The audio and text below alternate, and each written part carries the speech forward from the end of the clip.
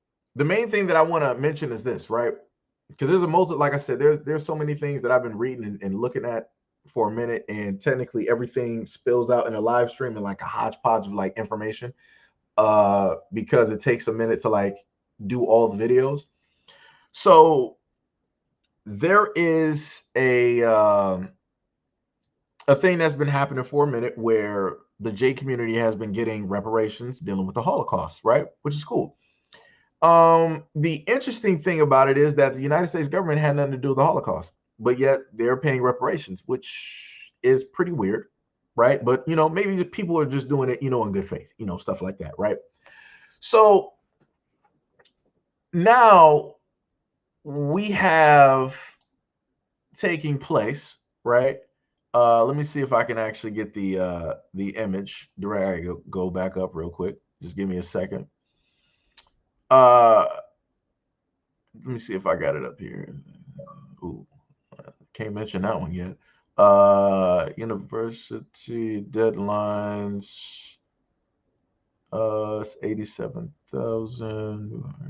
Let me see. Let me see. Where did it go? Okay, so I can't realistically find it, which is a little bit weird. Okay, so I'm gonna have to yet again. I'm gonna actually have to look it up and pull it up.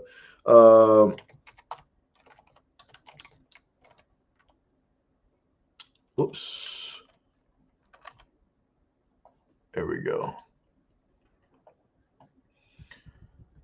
Let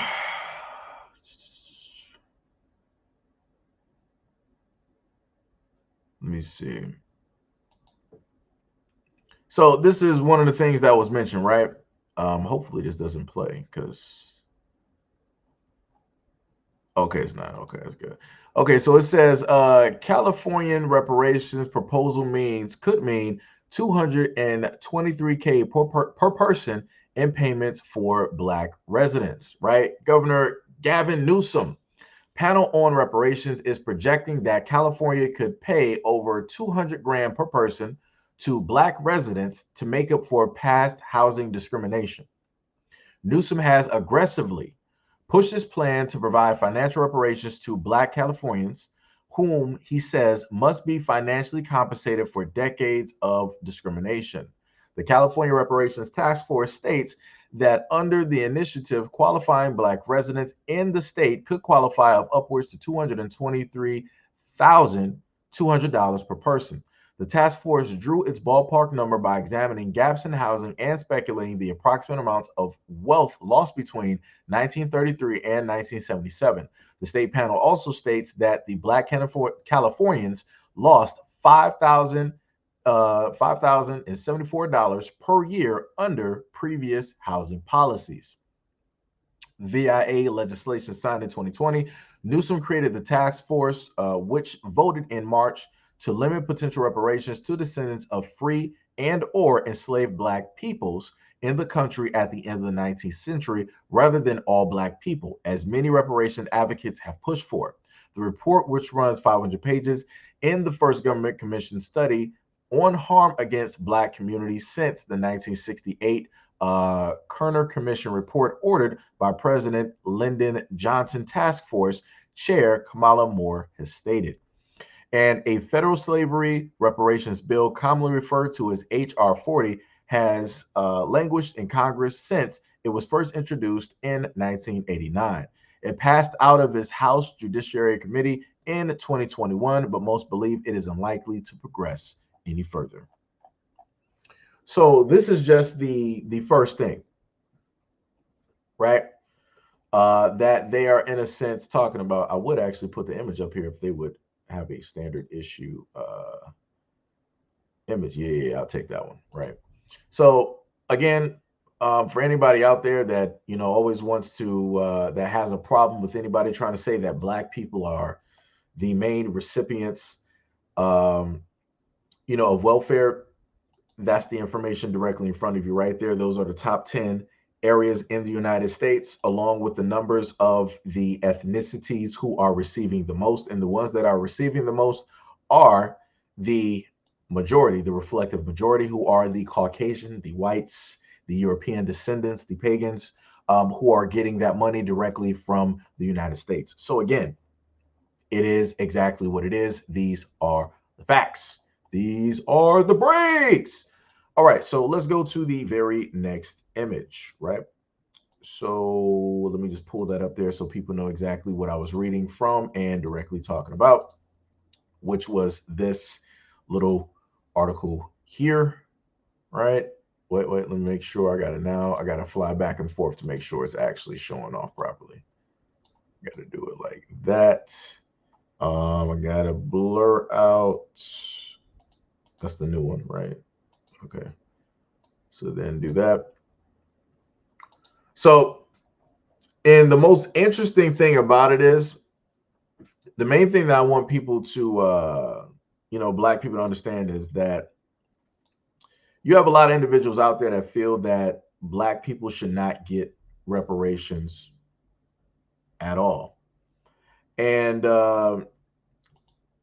some of the individuals that feel that way are not even from this country,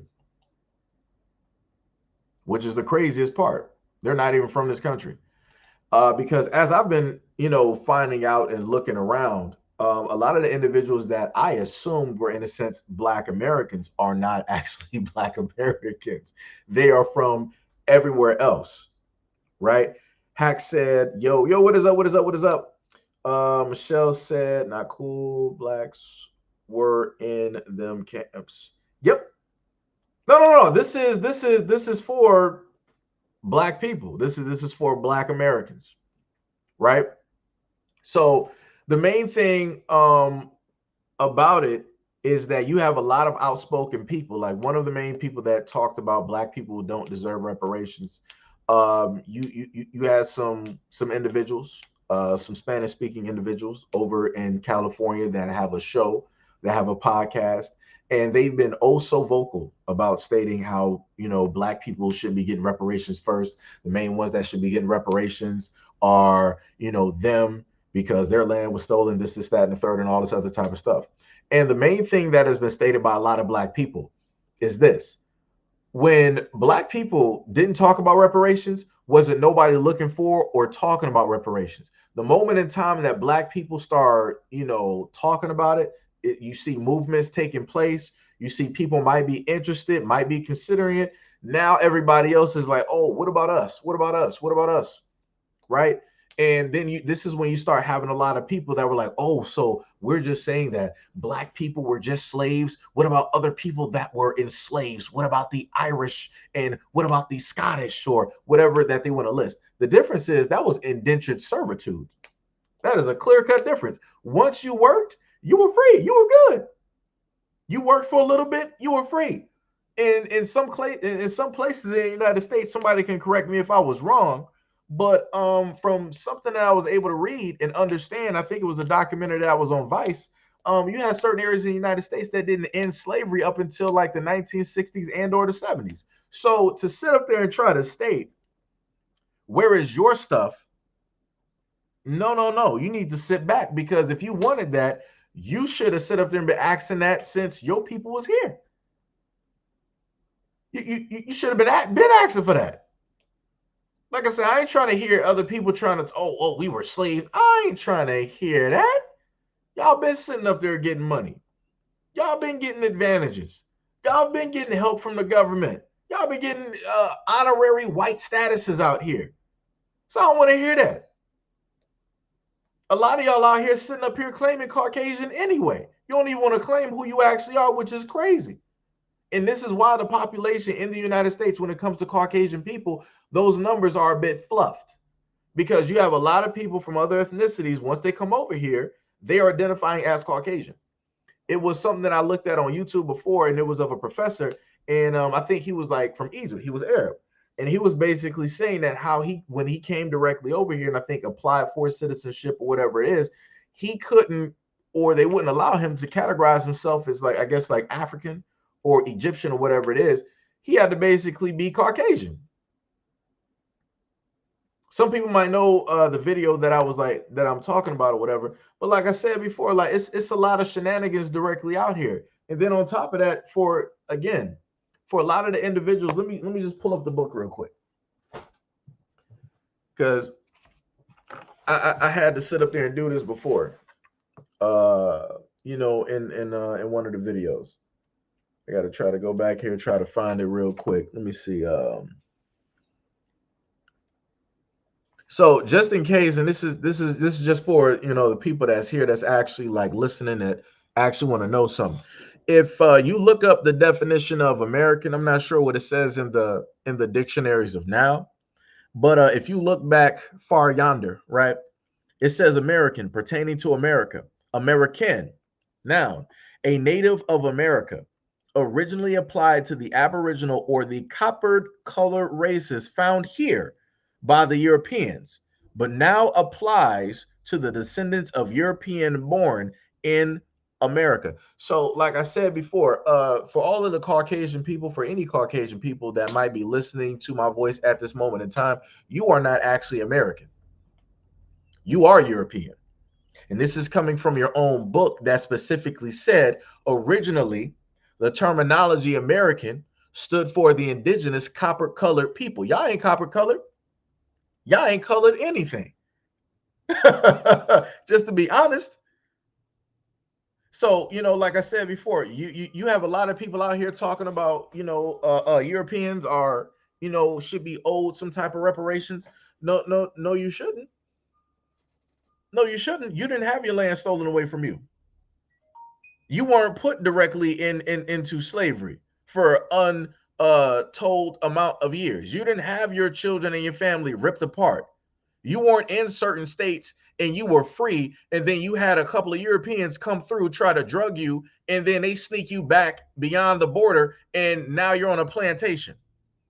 But you were originally freed.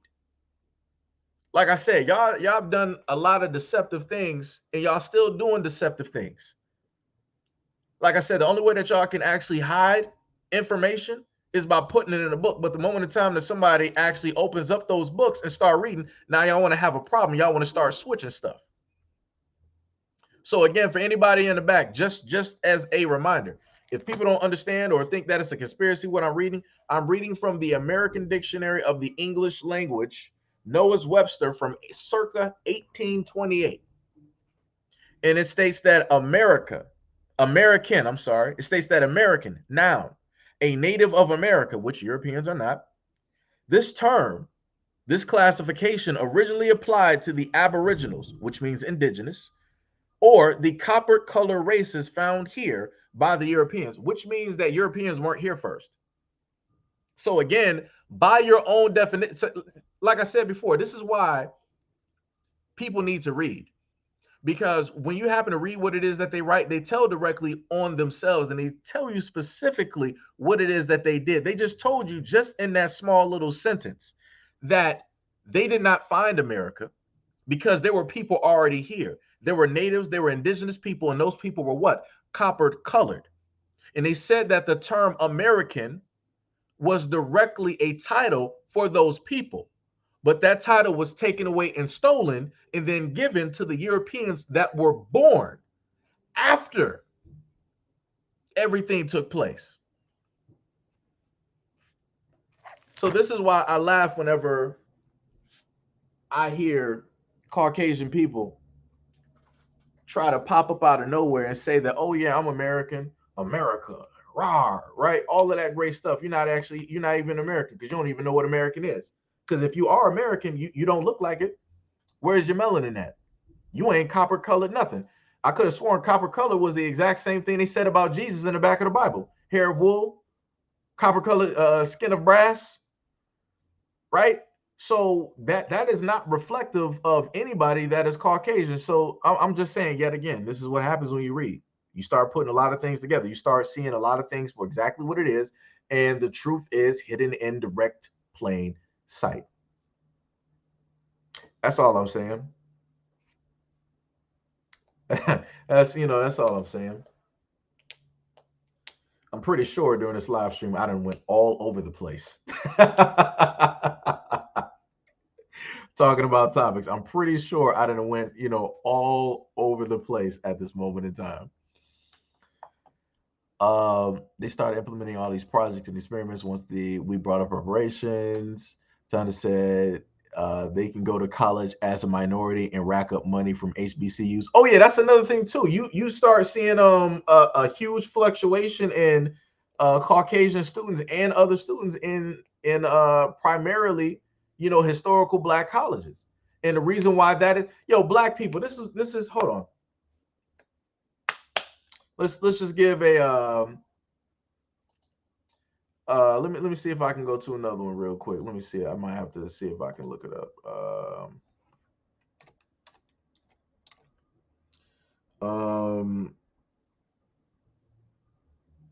Would it be enrollment?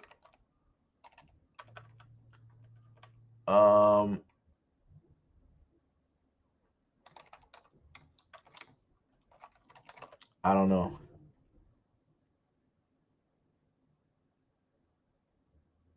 Let me see. Yeah. Let me just go to News One real quick.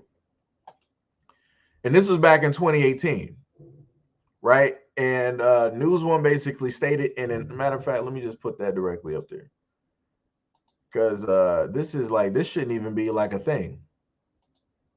Just to be real, some people, my man, that sounds a little bit discriminatory. That sounds a little bit racist. Actually, it's not. So you can save that to yourself and go kneel down and cry to whatever God that you believe in, because you ain't about to be doing that here. I'm not it. So the next article that we're going to happen to just look at real quick. Let me just get that image there.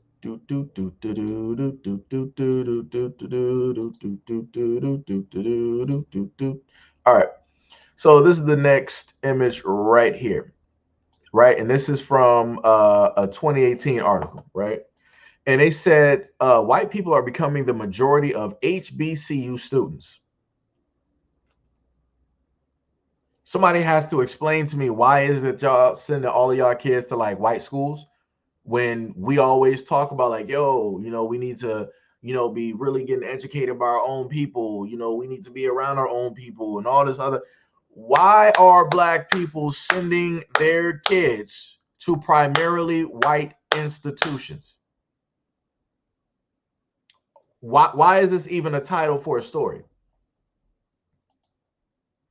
Because I'm a little bit confused, because all the times I sit up there and hear black people state that, yo, these institutions, they're not really teaching our kids. They're teaching our kids this, that, and the third, and all this other different type of information. It's not right, and yada, yada, yada. Then why do y'all keep sending y'all kids to like Kansas, to Iowa? Like what, Idaho? What is going on? What is going on?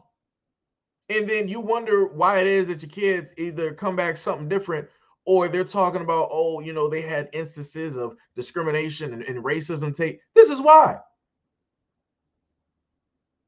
It's like, why are y'all not sitting up there like taking your kids on like a trip, like before they leave out of high school, like, yo, we're going to take a trip and visit like all the HBCUs, and so they can sit up there and see that, so they can feel that energy, so they can see their people.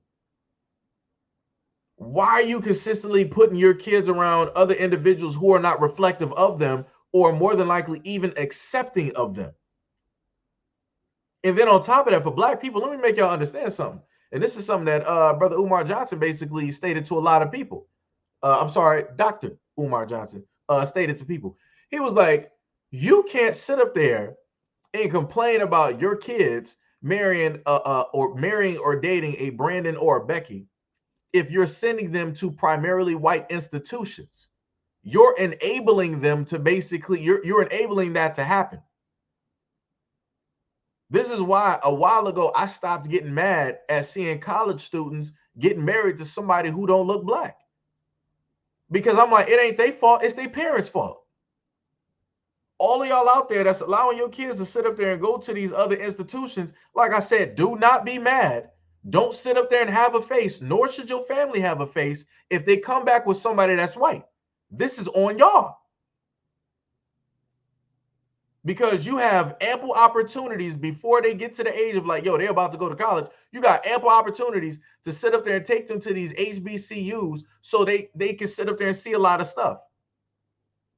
The only reason for me going back, like when I was growing up, that I wanted to even go to a HBCU, it was because I grew up watching a different world. I grew up watching the Cosby Show and a lot of other shows where primarily they would sit up there and be boasting. They would be talking about the different HBCUs. They'll be sitting up there wearing like the sweaters and the jerseys. You'll see people sitting up there doing like the different dances and stuff like that. Like, yo, that was dope because it's something that you don't see at everybody else's college. Like, it's crazy. We have something that's extraordinary, but we send our kids to something that's ordinary. What? So we want our kids to be like everybody else instead of, in a sense, embracing who they are and what it is that they are about and can do, how it is that they bring a different energy to every single thing that they touch. That's crazy. That's crazy. It's like the same thing as going out there buying a fashion brand and all you're doing is paying for the name. When you can sit up there and go for a black company that has better quality and the prices are lower, or maybe it might be the same, but it's made better. And y'all are like, no, I'm not dealing with no black companies. I'm not doing that, but I get that Balenciaga though. Medusa, Medusa, Medusa, Medusa, Versace, Versace, Versace, Versace. You'll make sure to sit up there and do all that, and then you want to turn around and try to figure out why you're getting robbed. That's why you're getting robbed. Medusa, Medusa, Medusa. That's why. Because everybody's looking at the brand name because the name means something. It's a status. It's a symbol. It's a, oh, if I got this Louis V on, if I got this Versace, if I got all this stuff on, then that means I'm somebody. No, I don't. That just means that you're wearing somebody else's name and you're trying to be something that you're not. Like I said, for the black parents out there, like, yo, if you got your kids, I ain't trying to shame y'all nothing like that, but I'm just saying, don't get mad at your kids if they bring back somebody white to your house. Don't be mad at them if they got biracial kids, because at the end of the day, you sent them directly to these schools, which means that Sarah or Brandon is going to be the main one that's going to be looking at your child, knowing the fact that they are smart. Sarah and Brandon are gonna be like, well, this is for the longevity of my race, so I'm going to sit up there and take a hit, and we're going to have some biracial children, and we're going to well, I'm sorry, we're not, but I'm going to carry on the message that I want to carry on. Like I said, it's about survival. I had a video a while ago where a Caucasian girl was being honest. She was like, the only reason that they happen to mate with black men is due to survival. It has to do with genes. And that was a first one that I ever heard give that honest opinion, because more than likely a lot of them don't think about it. It's there subconsciously, but consciously it's like, okay, well, aesthetically the black man looks like a god. Look at the melanation of the skin, look at the muscles, look at this. So that's what they're infatuated about. But behind all of that, unconsciously, their survival is like, yo, I got to go for what's the best out here for the longevity of my bloodline. Even if it might be a little bit diluted, the message is still going to stay the same.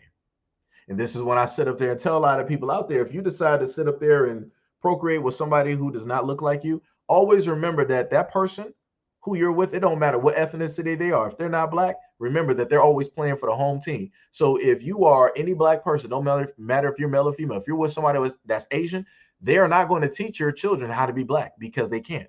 But they're going to teach them how to be Asian. They're going to teach them that culture. They're going to teach them that language. They're going to teach them that history. So like I said before, you got a house divided. But remember, I sat up there and told y'all before, y'all grown adults, y'all can do whatever it is that y'all want to do. If y'all want to do interracial type relationships, so be it. I have no problem with that.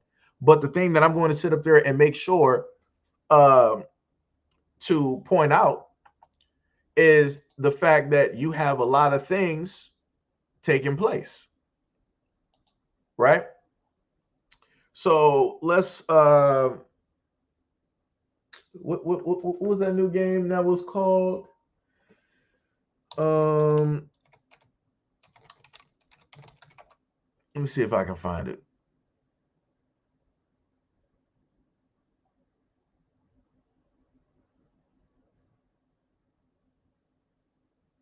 Nope, not a strategy game. I think it was called.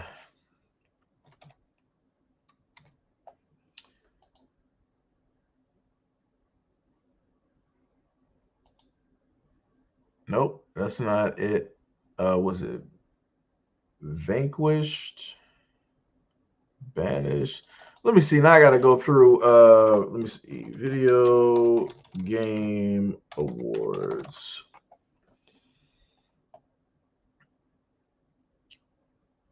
Let me see. I'm trying to go for the list of games.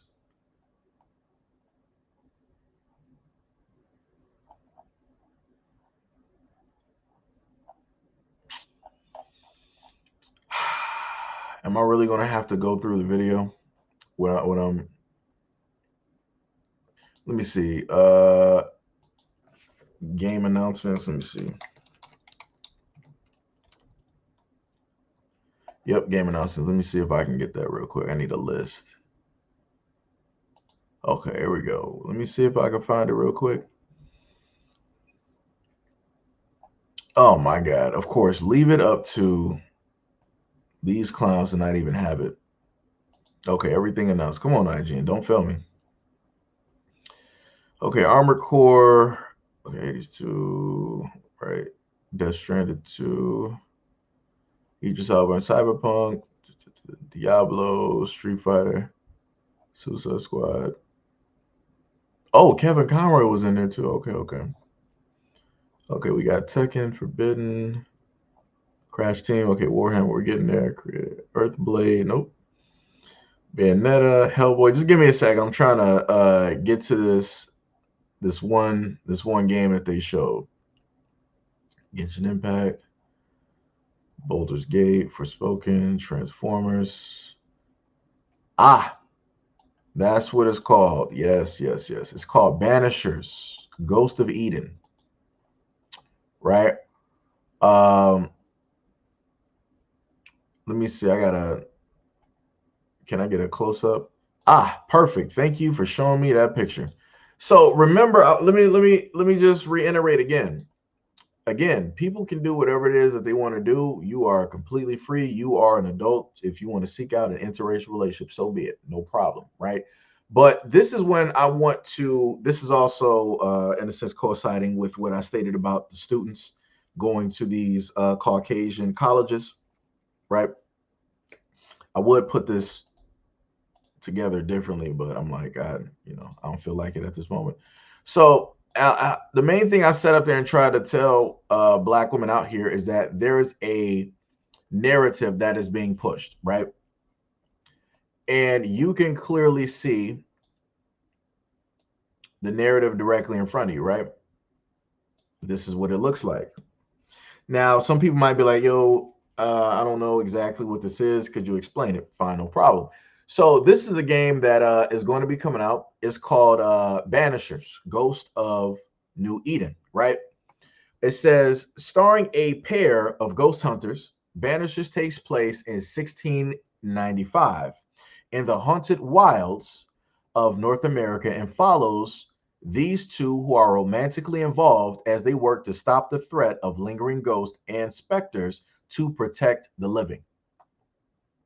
So what you're clearly looking at is, and remember, they said this takes place in basically the 1600s. 1600s. So you clearly see, and they said that they have a romantic relationship. You see this Black woman and this Caucasian dude. And when I keep trying to tell people that narratives are being pushed, people don't want to happen to like believe me. So this is when I got to sit up there and bring out, like I said, everything that they're doing, they're telling you. But like I said before, they're not making this game for the Black women that want to date Caucasian men. That's not who it's for, because 9 times out of 10, a lot of black women are not playing video games. Let's just keep it a buck. They're not. There's only a few percentage that really plays and pays attention to video games like that and actually has a video game system. They're doing this for the young black women. They're doing this to point it towards the black teenagers and the young black girls who are going to grow up during the gaming era and more than likely see or play this game. That's who they're advertising this to. Just like I told y'all before, when I looked on Xbox, I saw an ad where it showed a what seemed to be a black man sitting on the couch real close to an Asian woman playing an Xbox. And nobody's questioning why it is that the ads aren't, or these games aren't, innocent, showcasing black people in a relationship doing all of these things. Like I said, the narrative that is out here on social media, which is the main thing that I keep talking about, that I bring up on this platform a multitude of times, no matter how people don't like the videos, I keep talking about the divisive things that are being stated, that are taking place on social media, where you have black men versus black women versus black men. So if social media is basically stating what it is that is going on, right, with black people, what do you think the advertisers and the game creators are going to start doing? They're going to start working on that narrative. They're going to help to further that divide that's already there. So by them, they're going to then look at that and be like, all right, so how can we do this? We can kill two birds with one stone, right? Let's continuously figure out a way to push black men and black women further apart, and let's also make money directly off of this at the same time. So this is exactly how they do it. And this is when I keep trying to tell and educate black women. I'm like, yo, y'all are getting played. You have a multitude of people out here who do not have your best interest at foot at all. Like I said, you might have some black women out there that have platforms. They're literally telling them, like, hey, don't trust black men are this, black men are that, all this other type of stuff. And they're trying to lead you towards the narrative that I'm showing you right here. Now, notice, just think about it. If this is a video game, who's making the narrative for this story? Like I said, I didn't look it up. I don't know who the directors are. I don't know who put money directly into the story. I don't know who the writers are, right? But I'm just going to assume, knowing how game companies and the gaming landscape looks, I'm going to say that this is more than likely written by somebody who is not black. Because that's usually how these stories go. They'll have a black character in there, but the story is still written by somebody who is not black. And in order, because case in point, just pay attention, right? We technically only got one game this year where you have a melanated woman who is the front piece for that game. It's a game on PlayStation coming out called Forspoken. So when you look that up, you'll see the girl that is directly, the headliner for that game, right? And that's just only one game. But realistically, in order for a black woman to be the headliner in a game, she has to have a counterpart that is Caucasian. They're not going to allow, realistically, a black woman to be by herself, front running a game, being the star, being everything, holding all of that glory. They're not going to do that. Like I said, look at Saints Row. You had a black girl directly in there, but the cast was made up of a multitude of other ethnicities as well. Like I said, they're not going to sit up there and just allow a black girl to have the forefront on that. Then they have another game basically coming out called Red Dawn. Red Dawn is the exact same way. You got a black girl in there. Her powers look dope. But yet again, she ain't going to be the main one basically pushing and making stuff happen. So, like I said, there's been a lot of fabrications running amongst out here where you got people trying to, soup up black women and, say a variety of things, which is, a little bit crazy. Like I said, I got belief. I got faith in black women can do a variety of things. I really do. But I don't like the fact of seeing black women get played and then black women falling directly into that trap. and believing that they have allies everywhere and people out there that really got their best interests, even though those people do not look anything like them. Like I said, I've seen commercials out here where black women have been paired up with Asian men. And I'm like, where is all of this coming from? I'm like, hold on now. I'm like, hold on now. But I'm like, I get the Asian part because you have a whole bunch of younger black women and black girls who are into K-pop and they're into those artists. And I get that. Like I said before, I would 100% get it. So you're going to aim it directly at that group that you know that partake in K-pop and all those other types of things. I get it. Cool, fine. But the main thing that they're not telling those black women is that those guys can't really bring you home. They can't really introduce you to their family because that family is going to have something to say. Because they're going to be the Asian parents, they're going to be open and honest. They're going to be like, yo, so they'll be like, yo, how are the children going to look? I don't want my children to be this. I don't want my children to be that. They will be honest.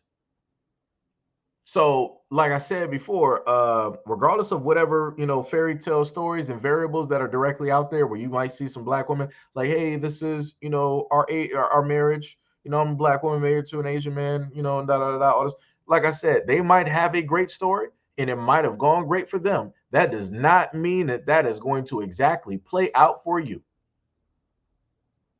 Like I said, I need people to stop believing in these fairy tales.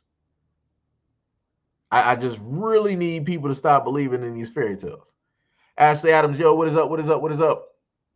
China Cat said the CIA coined the term conspiracy theorist as a negative connotation to make information less credible. That's bars. And that's something that I mentioned before. That's why I like using it. I'm like, you know what? It's cool. People feel, that they don't want to question stuff. They don't want to look a little bit deeper. No problem. So I'm a conspiracy theorist. That's cool.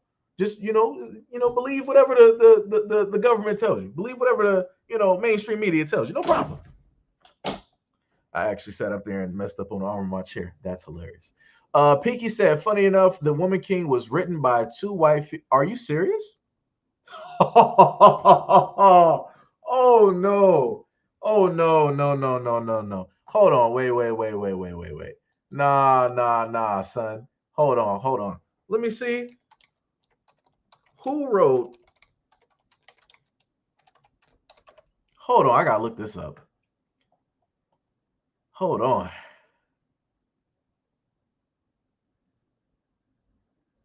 Let me see that.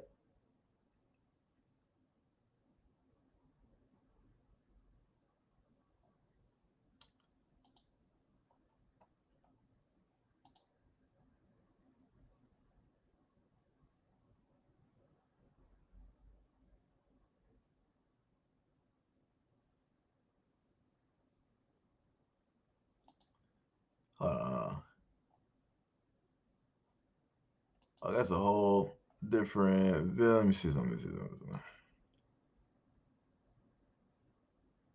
Lear and Stevenson. Let me see. Can't be reached. Hold on. Let me go back there. Let me see this. Let me see. Where is her name? If I can get a picture of this. You gotta be kidding me.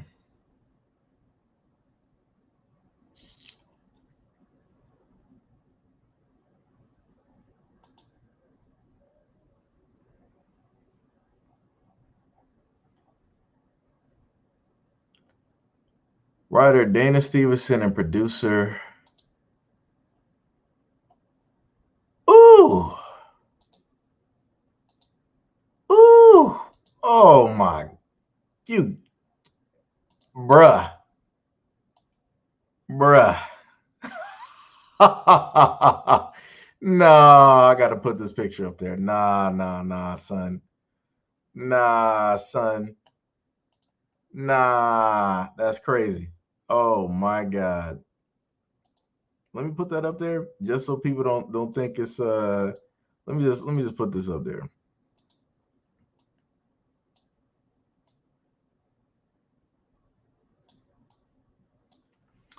So you can clearly see the image directly in front of you, right? Just so people, it ain't nothing that's made up and nothing like that. It clearly says writer Dana Stevens and producer Kathy Schumann on the set of The Woman King.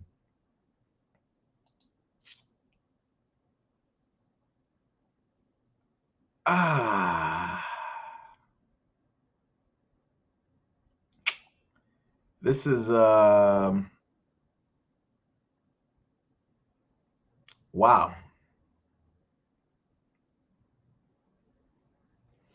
Let me see. The pitch deck, also called the lookbook, includes historical photos and story ideas to serve as a springboard for the script. Stevenson says that her previous knowledge of the Agoji women was that they inspired the female characters in Black Panther, but she quickly became intrigued. Quote, I became totally fascinated with the history and the whole region. So much of Western culture doesn't know anything about Africa. I got really excited about doing a story set in a world that most movie audience have never seen. So you mean to tell me that we couldn't even have black women like write this? Are you so you mean to tell me you couldn't even African women could how is this even what? Look here. Look here, I don't know what to tell y'all no more. Oh man, for the black women out there, yo, bruh, bruh. Oh my lord. All right, okay.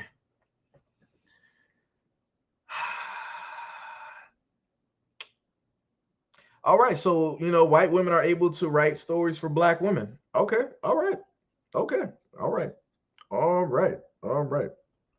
Wow, I don't even know where to go after this. That just blew my mind. That just really blew my mind. Wow. Wow. That's crazy. That is, I didn't even, wow. Oh, Hack said, when did banishers take place? Hold on, let me go back to it. I gotta make sure. I gotta keep files on this stuff. This is crazy. I gotta pull out the old terms. Holy smokes. I gotta pull out the old terms in here. Let me see. Banishers. Let me go back to that picture real quick because I'm just I don't even know what to say. All right, so this is banishers in the background, right? So for Hack, it says that banishers takes place. This is what they got listed, right? Banishers is starring a pair of ghost hunters. Banishers takes place in 1695 in the haunted wilds of North America and follows these two who are romantically involved as they work to stop the threat of lingering ghosts and specters to protect the living. So this is what was going on in what was the name of it? 1695. This is what was going on in 1695. Okay, and on top of that, let me see. Um, I think is that Hulu?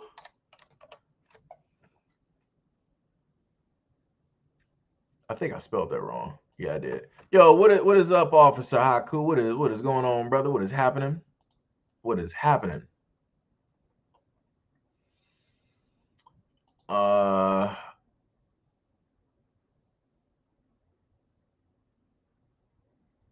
I'm trying to look. Somebody might know the name of the show.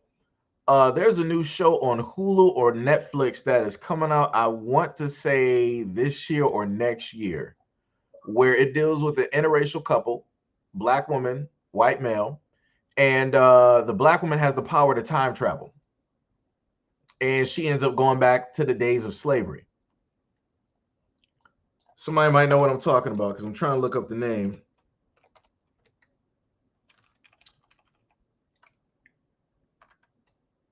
Let me see. Netflix.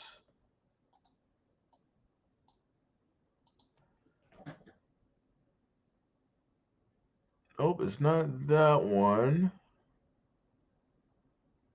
Nope, nope, nope.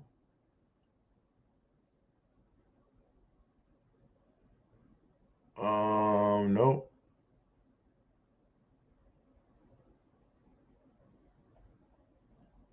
Oh, is that Wait, Tandem? What was that the name of the show?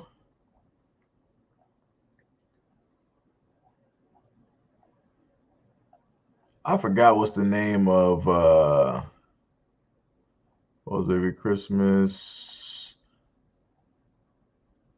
Evan, Broad Daylight. Nope. Look his own Cat Dragons. I gotta look through a lot of names. Don't mind me. I'm sitting up here trying to roll through real quick. I gotta roll through all of December, all the stuff that's launching on Netflix to see if I can find this show. Piano Masters, Time Hustlers, Treason. Chelsea Handler is still out here? What is going on? Whatever. White Noise.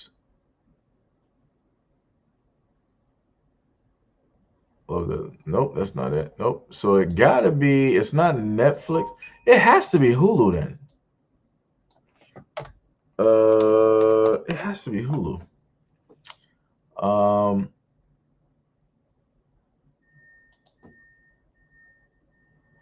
Yeah, I'm trying to look for like new original shows.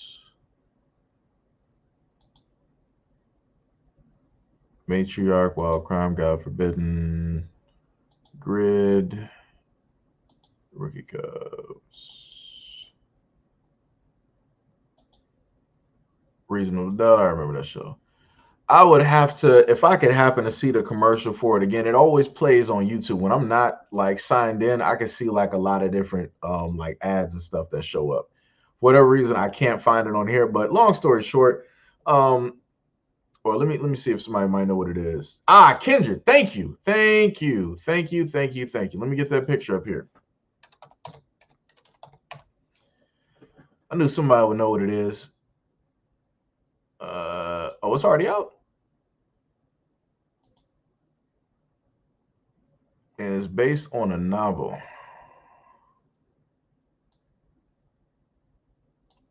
Let me just see who this is real quick. Eagle was again the first science fiction. Oh, okay. Well, it's written by a black woman. All right. Well, at least there's that. Because let me tell you, looking at the Woman King and see who wrote that, I'm like, all right, man, I don't know what's happening here. But the main thing with the show, let me go back.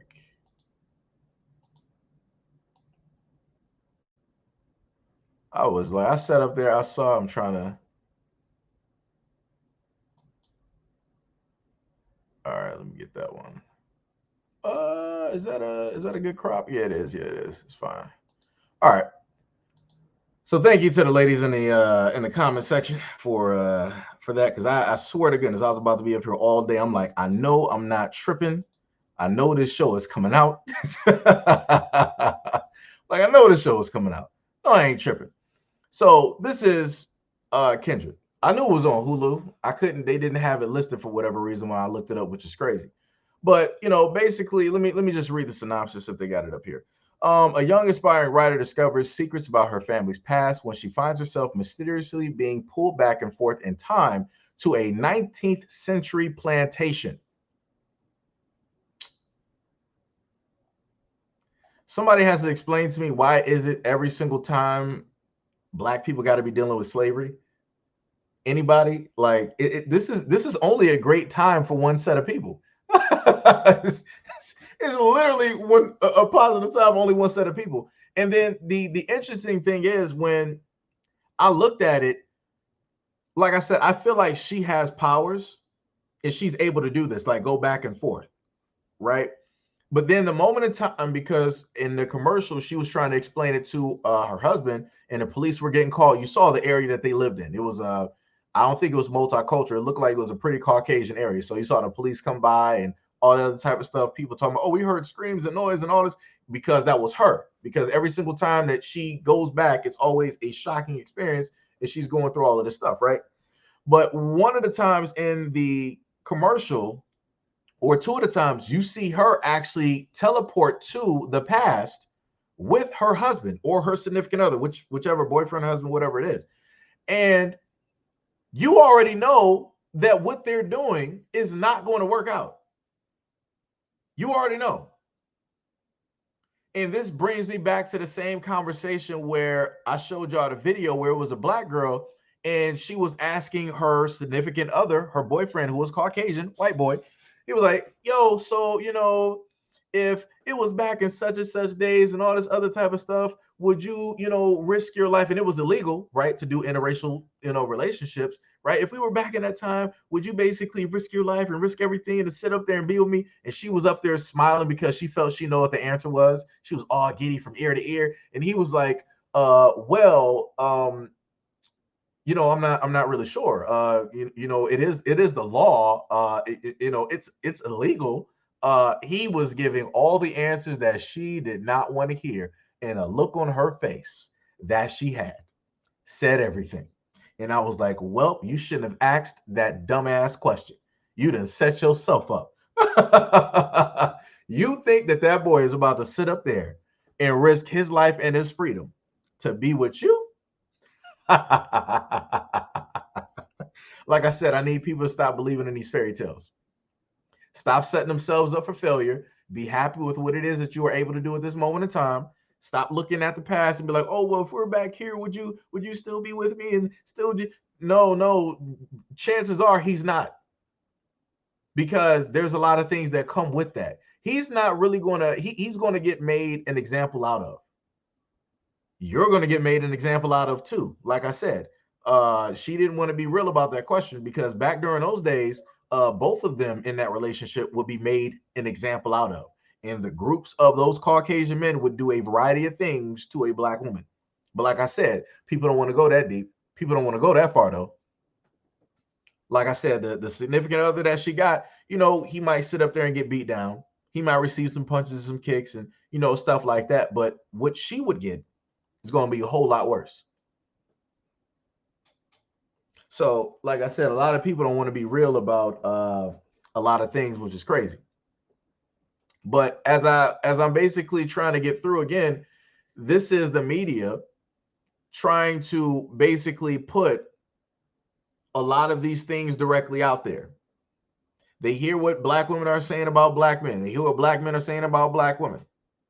And they're putting out what it is that everybody's saying, right? So if online black people are saying like, yo, we rather date everybody else, I'm undesirable, I'm this, I'm that, my own, don't want to date me, then they're going to start putting out a lot of this content. It's like, oh, your own don't want to date you, so let's give you a fairy tale story. So let's sit up there and put you with whoever it is that you feel, that would specifically benefit you. We're going to do that.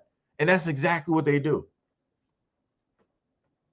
And then they specifically also put together this content to also not only, in a sense, to work on that whole narrative yet again, but to also market it towards the kids. So, let me see. I sent you the trip. Oh, I got I got you. I got you. Trust me. You might have actually sent me like a newer trailer too. I ain't gonna play it. Well, I could play it here technically. I could. Maybe. I don't know.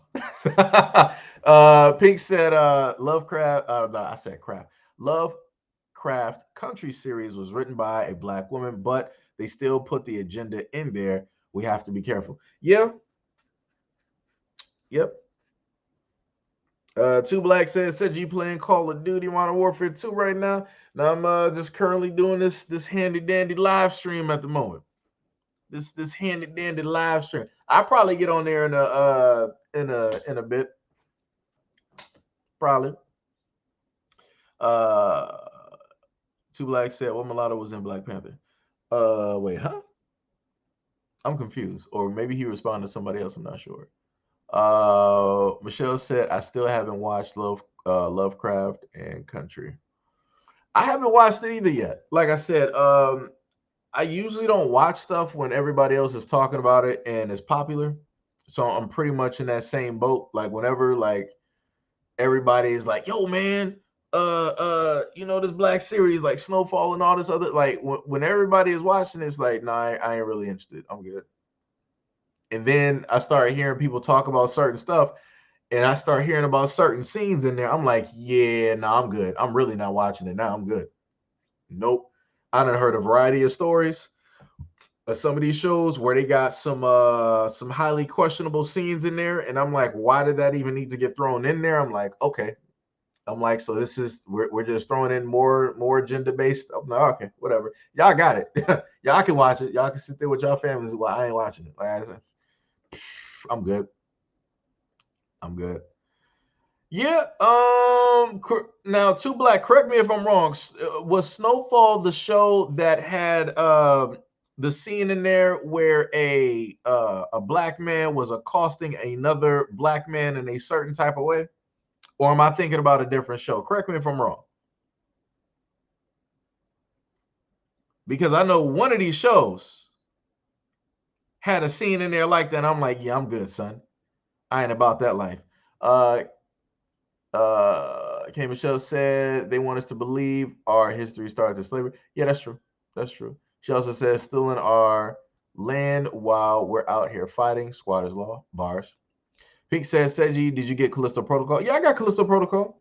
I played a little bit. I've been slipping on streaming on Twitch. Because I think this is probably like Fortnite. That's the fourth night that I've decided not to stream because I've been just continuously doing videos, which I have no clue why I'm just continuously doing videos, but that's just the mode I'm in at this moment in time. But yeah, I got Callisto Protocol. I got about like I think maybe like 2 or 3 hours on Twitch of me playing it, along with another game that I've been playing on Steam. Let me see. Don P says Seji is much bigger than people making decisions.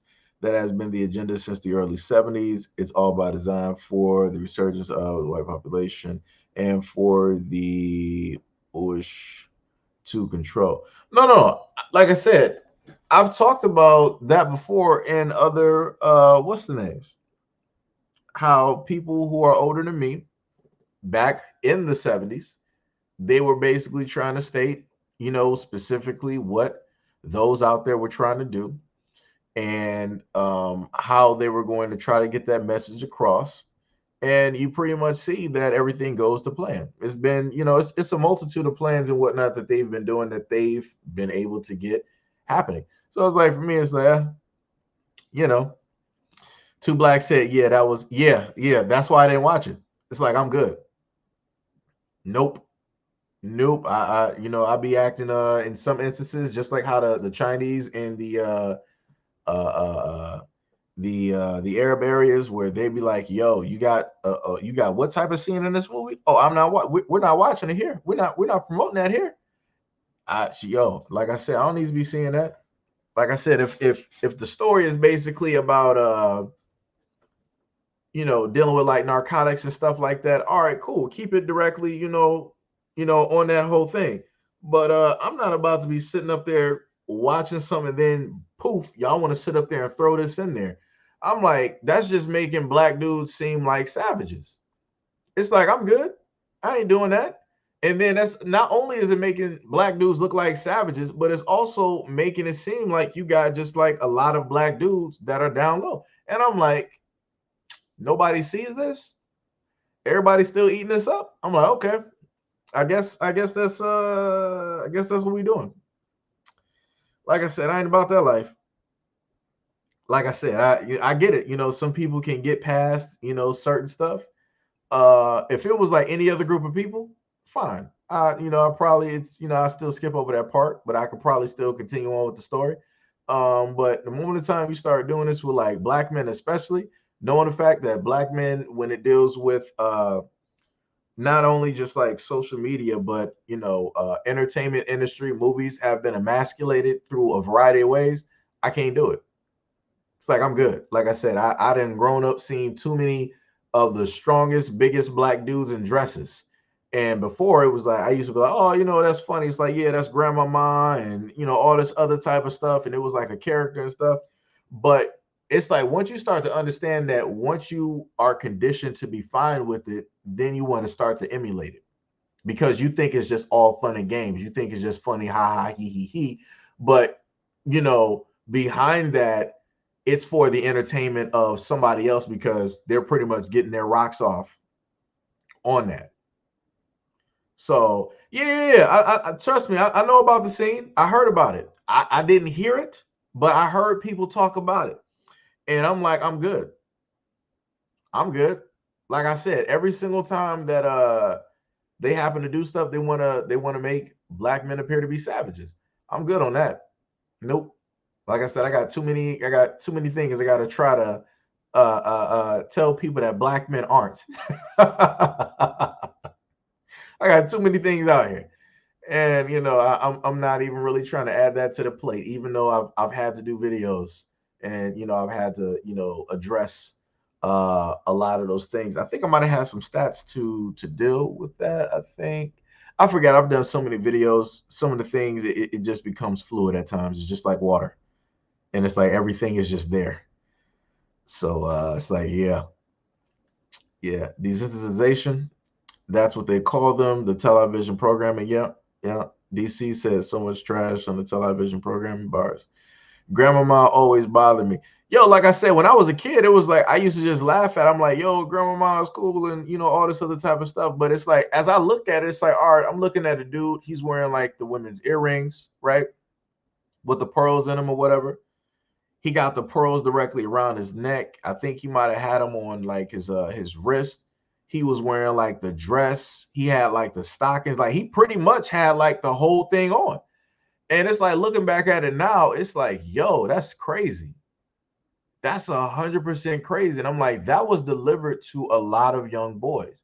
And they specifically, because they could have sat up there and got a woman that was good at basketball. They could have did that. They could have got a woman that was good at basketball and they could have dressed her up as she was an older woman just balling on people. They could have did it, but that's not what they wanted to do. They wanted to specifically put a melanated black man directly up there, and they knew that young black boys more than likely idolized or were looking up to that image, and they gave that directly back to the young black boys in the black community. And then from that, we still got fields of black men out here wearing dresses or wearing bikinis, thinking it's funny, and it's not. It's like you're helping to further that narrative of the demasculization of black men. And it's like that's crazy. Like I said, you got a lot of people out here. You don't know what side they play on. Like you just, you really don't. And this is why, I consistently tell parents you got to be very careful of the type of stuff that you allow your kids to watch. Some stuff might slip by you, like that happens. Some stuff might slip by you.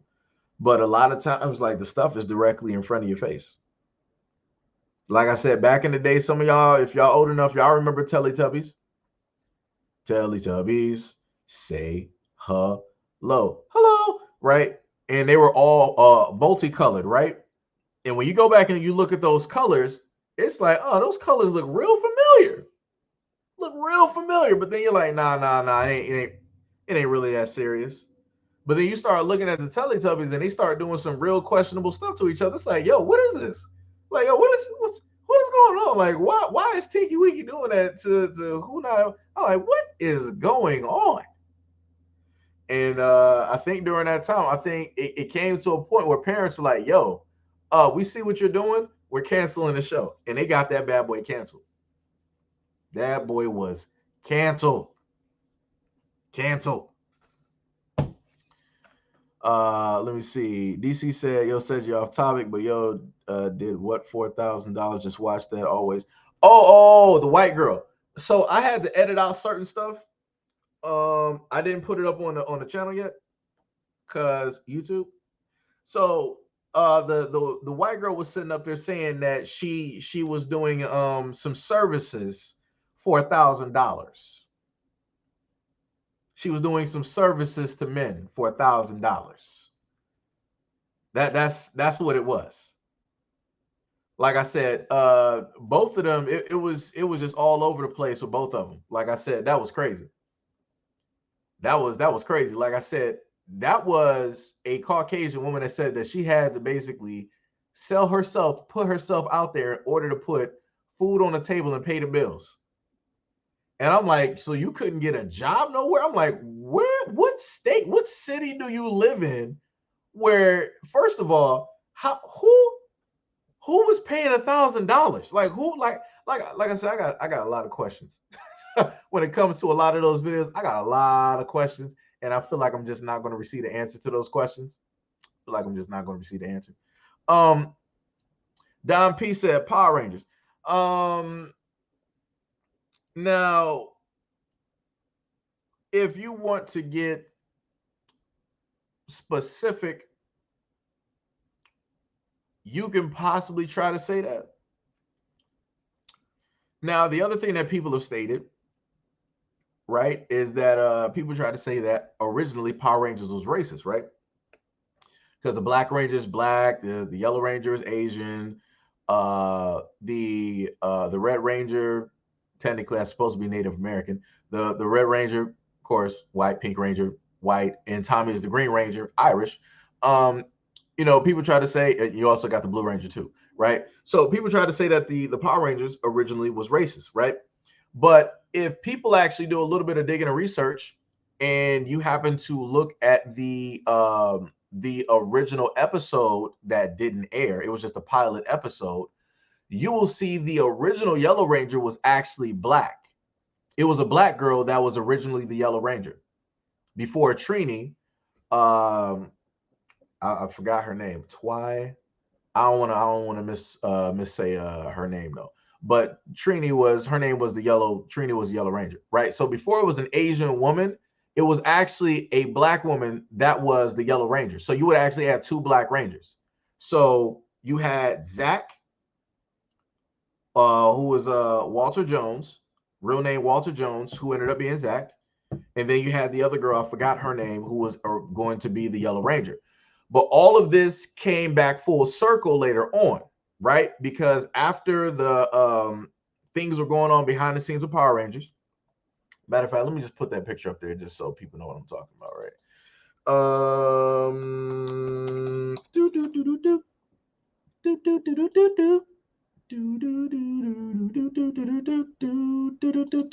do do. Oh wait, that's not gonna work. I gotta click on it. I wish I had like a better picture. This looks like such a bootleg picture right here. This looks so bootleg. It's crazy. All right, so we're going we're going to just take this image here. We're going to replace the kindred image, right? I got so many images I'm going to have to erase after this live stream because I just got these listed up there, right? All right, so we're just just making it as a reference point, just talking about the Power Rangers here, right? So these were the colors that I got to go back to the message. I want to say, was this Don that I was in a sense responding to? Let me just make sure. Yeah. So this is what Don was talking about, right? Dealing with the colors of, like the Power Rangers and stuff. In a sense, I guess trying to correlate it with the Teletubbies and whatnot. So the main thing that I was saying is originally the Yellow Ranger in the pilot episode that was unaired, the Yellow Ranger was a black woman, and Zach was also black as well. So you would have had two Black Rangers, and the rest of the Rangers would have been white.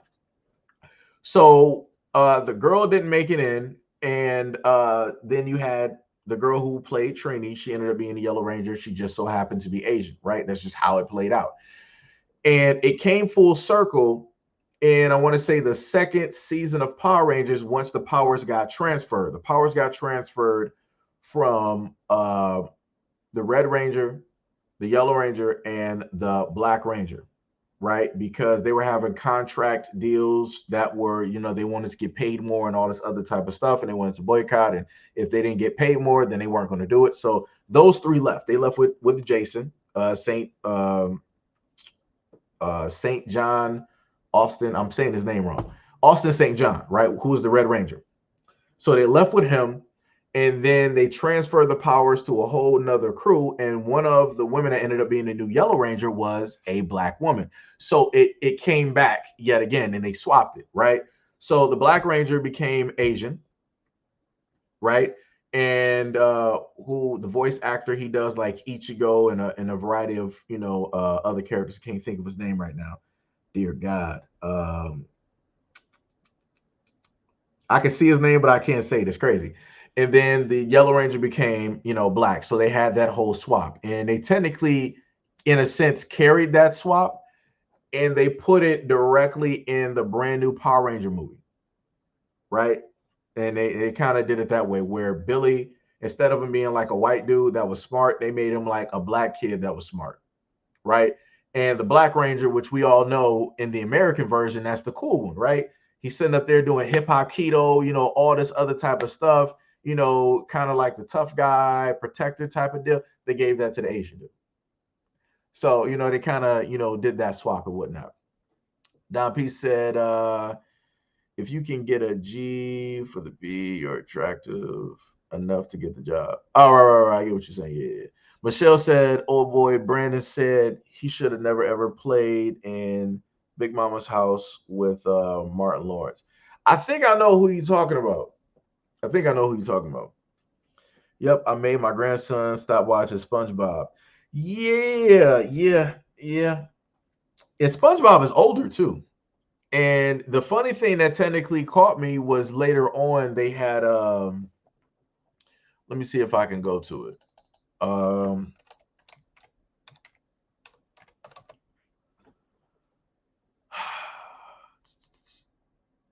Yeah. That's what I'm looking at. Cora, let me see if I can get her real quick. Let me see if I can find a larger picture of this girl. Cora.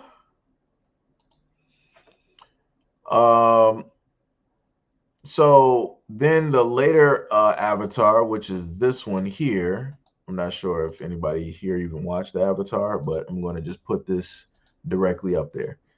Like I said, this is why I'm very glad that, I just so happen to be into a lot of different things. I could just reference and put together different things because it's so easy. It is so easy.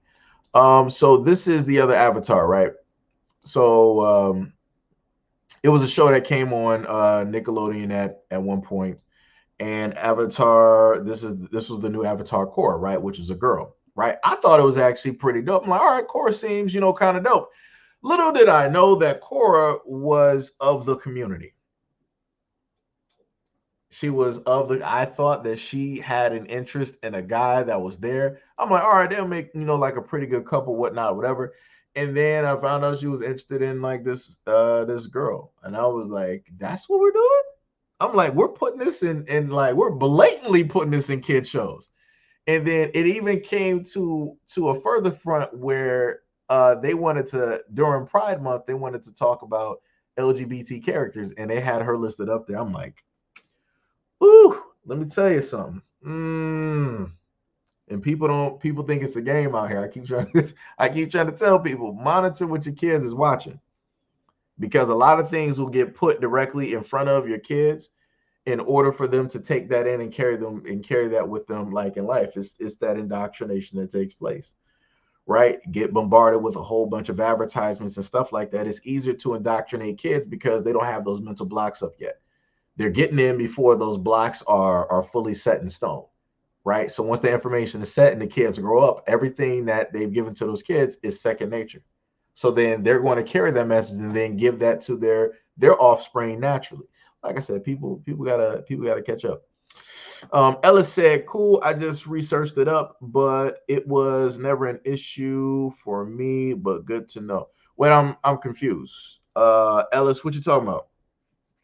You talking about Power Rangers? You talking about Korra? You talking about Teletubbies? Which thing are you talking about? Hack said, "Do you like the old Bleach series or TYW?" No, the old Bleach. I used to watch the old Bleach series. I was waiting for it to get to a certain point because I wanted it to continue, but you know, there was always issues. Stuff got rushed, and you know, now they're finally coming back to, you know, I guess really do it. Hopefully, so we'll see. Oh, Thousand Years of Blood War. Yeah, we'll see if they got episodes out now. I'll probably catch them. Like I said, you know, if I'm not, you know, in a sense doing videos or a live stream, then I'm probably either sleep eating or maybe you know, relaxing on like a video game or something like that.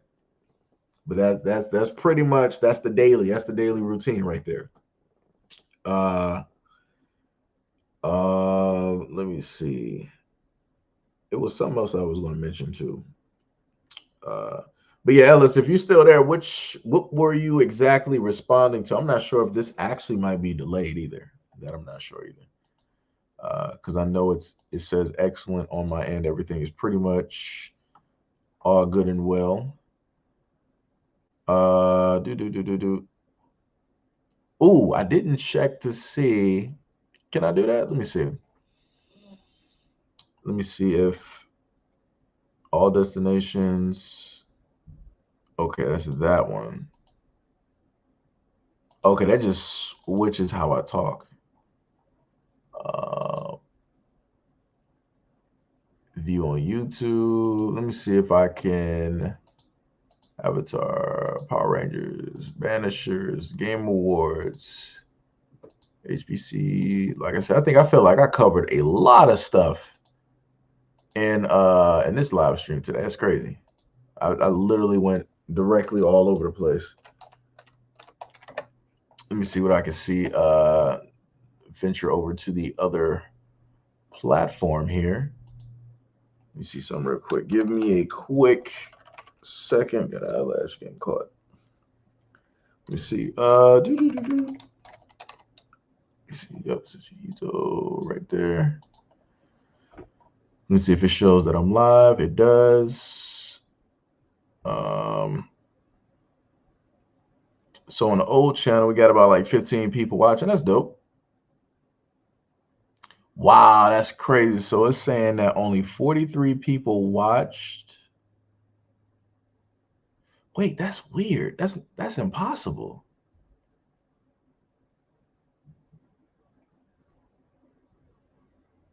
Wait, what?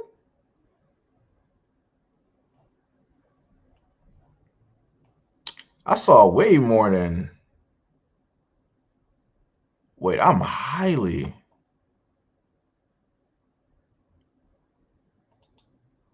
Oh, it just launched on. I don't think that was actually supposed to be up because I don't think. Or did they okay it? I think they might have. I don't know. All right, so let me go to the old platform. Let me see something. All right, so we got about 14 people watching. Shout out to anybody on the old platform watching.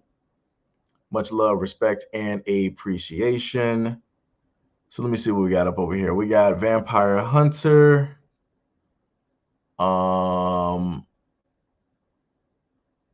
What? I want to say your name is Michelle. Much love and appreciation. We got Sunkissed. I remember that name. I went to the premiere in Ghana, but didn't stay to see the movie when I found out a Caucasian woman wrote it. Ah, okay. You're talking about the whole thing dealing with the Woman King. Yeah. Like I said, that blew my mind. As soon as y'all brought that up in the comment section, I'm like, you gotta be kidding me. Pink brought that up. I'm like, nah. You're not gonna sit up here and tell me that a Caucasian woman wrote a story about African women. That by itself, that like wow, that blew my mind. That blew my mind. Let me see. What is it? Brain analysis. I watch horror movie shows most of the time. I'm not by myself. Love P Valley. Y'all can have that. Let me see what else I got down here. Yeah, I guess that's it. I guess that was technically it. All right. So I'm guessing everybody is technically sleeping at this time, at this moment, probably relaxing. Actually, what time is it right now? Well, it's lunchtime right now. It's time for y'all to, go take a nice lunch break. I'm not sure if any of y'all are at work, but much love and respect and appreciation for y'all to, doing what y'all do, being at work and doing all that good stuff. Tuning in to the channel. Oh, you back 3 hours. You got that. That's like technically, wouldn't that be like Cali time? Let's see.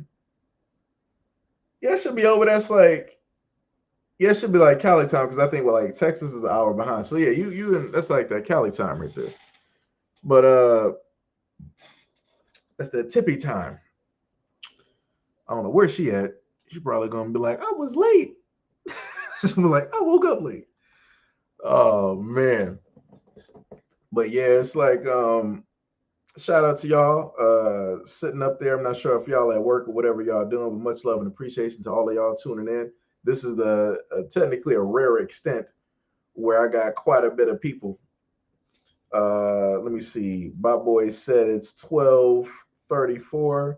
So you about East Coast, Midwest, East Coast, somewhere in that in that timeline. I should have technically asked everybody where they was watching from, as a matter of fact. Because half of the time I can't tell because I got people from like all over, certain extents depending on what's going on through the month. Ellis said 100% love. Yo, much love, respect, and appreciation. Much appreciation. But I think that since everything is in a sense winding down and it gets to that point in time where your mind is losing sight, we want to sit up there and pull back. And I think I do. Do I have a video up here for y'all? Are you from Watts? Oh, we got some more people from Cali. Hey, what's up? Much love, Adolph. Much love. Yeah, I seen that name too. I seen you. I think in a previous live stream or in the comment section before. There's only so few guys that I know with the name of Adolph because I knew a dude like that back in school. But much love, respect, and appreciation to you and yours in Watts. Be safe out there. There's a lot of things transpiring and whatnot. People trying to get people out of areas and replace them. So stay vigilant. Hack said fast question. What's the fast question? 3 favorite animes of all time. Man, why do people always do 3? Lord have mercy. Let me see. Well, see, I'm gonna just because I can't really like hardcore think right now because I didn't watch some series where I've only watched them once and that was it. Because I got stuff that I used to watch on like the Sci-Fi Channel back when the Sci-Fi Channel used to show animes. So I can't technically go back that far. I'll go with the standard issues. So I'm gonna go with Dragon Ball Z. I'm gonna go with Gundam dealing with the mechs and the mobile suits. And third, who would that be for the third one? Anime wise. He said top 3. I didn't really watch the Guyver movies like that. I saw, I think, like 1 to 2 of them. Got Fatal, but you said series though. Well, it said animes. Okay. See, I never see that's how I know the ages of people. When you sit up there and say Ninja Scroll, I know the only reason I know that was due to the fact of being on I think my uncle's computer at the time, and I think I might have like ran past like an image of it or something like that. Fist of the North Star. I remember Fist of the North Star due to the fact of the Sci-Fi Channel that used to. I think it was a Sci-Fi Channel or MTV. I want to say since Pink went that far, I'll sit up there and list Speed Racer. I'll go back that far. Speed Racer was that was a classic show which used to play on MTV. People forgot about that. Dun dun dun dun dun dun dun dun dun dun dun dun dun dun dun dun. Speed Racer. Dun dun dun dun dun. So I'm gonna list that one. I'm gonna go back. That technically I could have listed Astro Boy because Astro Boy used to play either before or after Speed Racer. But like I said, I left it out. Like I said, there's a lot of stuff that I watch that's old.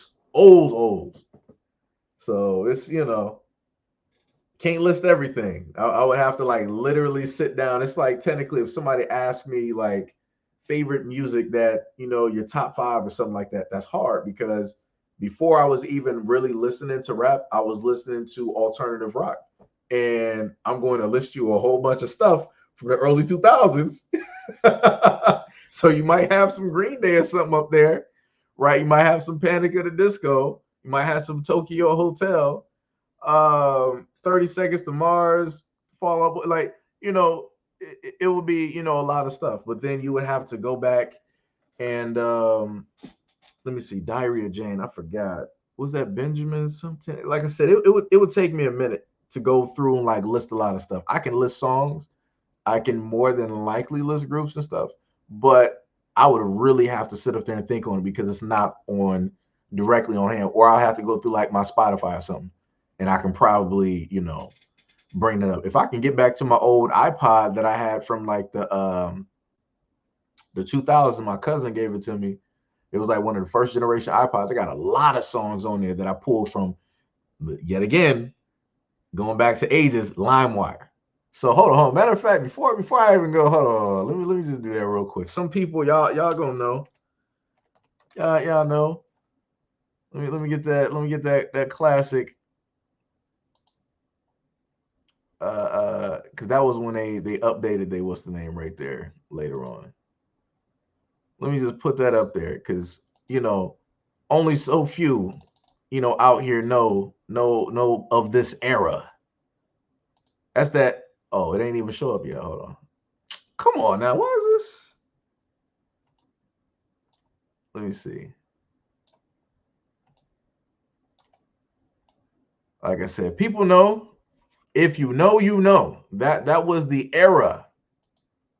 That was an era right there. You had BearShare, FrostWire, LimeWire, Napster. You had all of that good stuff. Only so few people remember what this is. Like I said, this shit like, oh yeah, Gigantor, yeah. POD, yeah. Kaza, I think. Wait, is that Kazam? I think you talking about. I think you're talking about Kazam. I think. At the moment, I use PBay to download anime and series. I forgot. Oh yeah. Okay, yeah. I know what you're talking about. Yeah. But this was the spot. This was in a sense where like Soulja Boy got his start because he had a lot of his music dressed up as like something else. So if you wanted to go like search for like 50 Cent or like whatever it is, you would end up hitting up Soulja Boy. It's like, yo, that was the classic Rick Roll during that time. You would end up getting like a Soulja Boy song real quick. And it's like, yo, that's the people who know. People who know. Like I said, this right there, that's a classic image directly right there. I can't tell. I think on my old PC, I got an old Dell still at the house desktop, and I swear to you, I probably still have LimeWire on one of the profiles there. I probably still got it. Like I said, that's classic, man. That is classic. Anytime you needed like music back in the days, like if people were sitting up there burning CDs, that's how they was doing it. They would have that brand new that double disc drive, and they would sit up there and buy up the pack of discs from from like CVS or like Rite Aid or whatever, and they would just buy that pack of 50 or 100, and they would just be burning a whole bunch of discs Or you would have the bootleg guy coming through the barbershop, and you would have a lot of movies on DVD. Medea was especially like during those days of the bootleg era. I swear to you, that's the one main reason that Tyler Perry is so popular, or got so popular, was due to the fact that the dudes that used to always bootleg their stuff, they would always have Tyler Perry on hand, and they would have all of the plays and stuff. I can't tell you how sick I was of being in school watching a Tyler Perry play. Like that was like just the go-to. It's like, oh yeah, we're gonna have a TV time, guys. You're gonna be watching a Tyler Perry play. And I'm like, I ain't interested in this. Like, I'm going to sleep. And I sit up, I wake up in 30 minutes. I'm like, oh, we still watching this? I'm like, turn it on the news. I'm like, can we go outside or something? Like, yo, it was crazy. It was crazy. So many kids were raised on Tyler Perry. It is insane. Ellis said, I still have some of those files on USB drives. Yeah. I still got some of mine on my hard drives at the house. Still got some.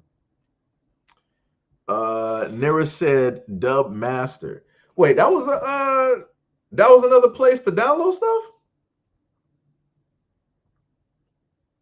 I never heard of Dub Master. That was a different one.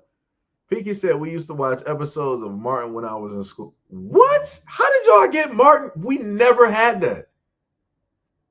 Well, you know what? I forgot. I was in a private school.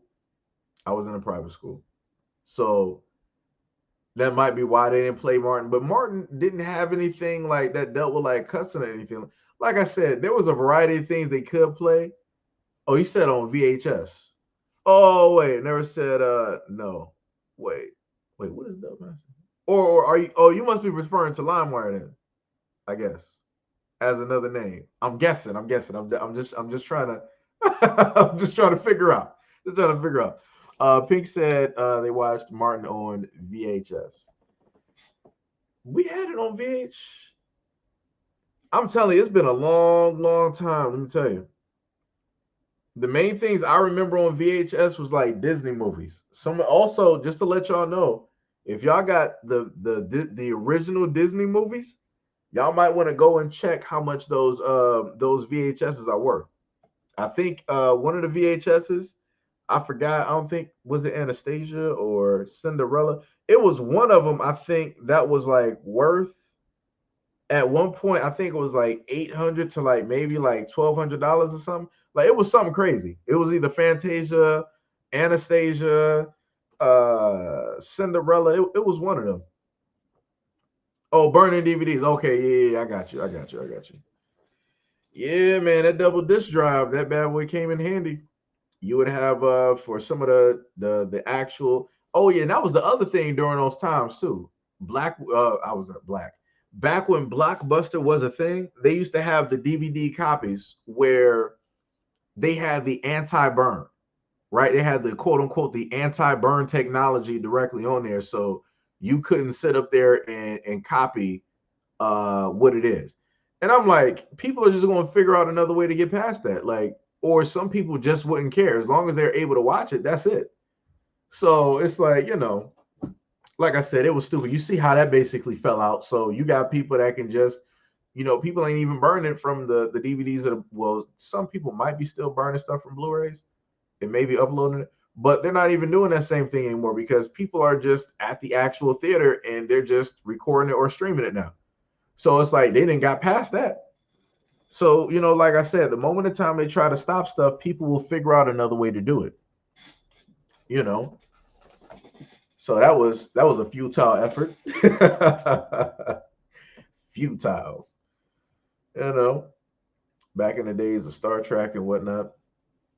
But anyways, I'm just sitting up here talking. Ain't even really talking about nothing. It offset I used to kill Netflix back then. I bet there was a lot of people that was sitting up there taking stuff off Netflix and just like hurry up, like they just screen capped it real quick, and there you go. Like I said, like dude, it's so much tech out here in order to do these things. It's like it's ridiculous. like I said, they can't stop people from doing like a lot of these things. They just can't. Let me see what happened. Oh, that was from. Oh, that was from like something else. Okay, I see what time it was talking about. I got you. Um, let me see. I got a whole bunch of stuff directly. I didn't even touch on the thing about Brittany Griner basically making it back because I was like, it is what it is. When it comes to that. Let me see.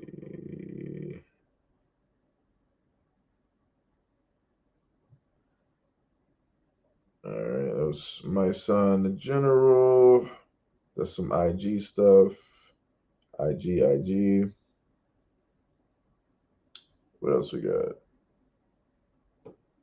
My bad. I'm just going through trying to swipe out messages on my phone and whatnot. But let me see what Edo said when they sent the disc. Oh, you talking about when they sent the disc? Oh, okay. I got you. The funny part is, I'm shocked that people weren't doing that with GameFly. When it came to like renting games, you would just sit up there and like burn them, so you can sit up there and sell them and stuff. I'm very shocked that people didn't sit up there and do that. Like I said, back during those days, the PS2 era, it was a problem. Everybody knows if you had a PS2 during that time, this let me get up a picture real quick.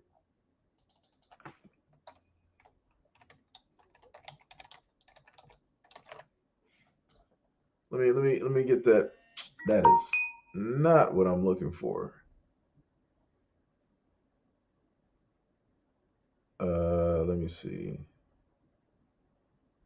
When I type in black disc, it doesn't want to give that whole image. Yeah. Maybe it was purple technically. Let me just wait. Can I save that one as is? Yeah. Okay. So going back to the PS2 days, right? Like I said, I'm just talking right now. Don't mind me. I'm just talking. Back in the PS2 days, you knew about. Wow, this really just zoomed in like that. They really just gave me the. Come on, guys. What's happening out here? I'm just trying to get this to fit within. Okay, there we go. Everybody knew in the PS2 days, if you had one of these discs and you had a scratch on it, that disc, it was done. It was a done deal for that thing. You were not going to make it. You had to sit up there and go to like GameStop or Hollywood Video. You had to buy one of those buffer devices, get like the liquid to basically fill in like the cracks and stuff. Some people used to use markers. They would take like the black marker and basically try to like rub it in to like fill it in and stuff. Like it was a lot of stuff that people would do in order to fix the disc.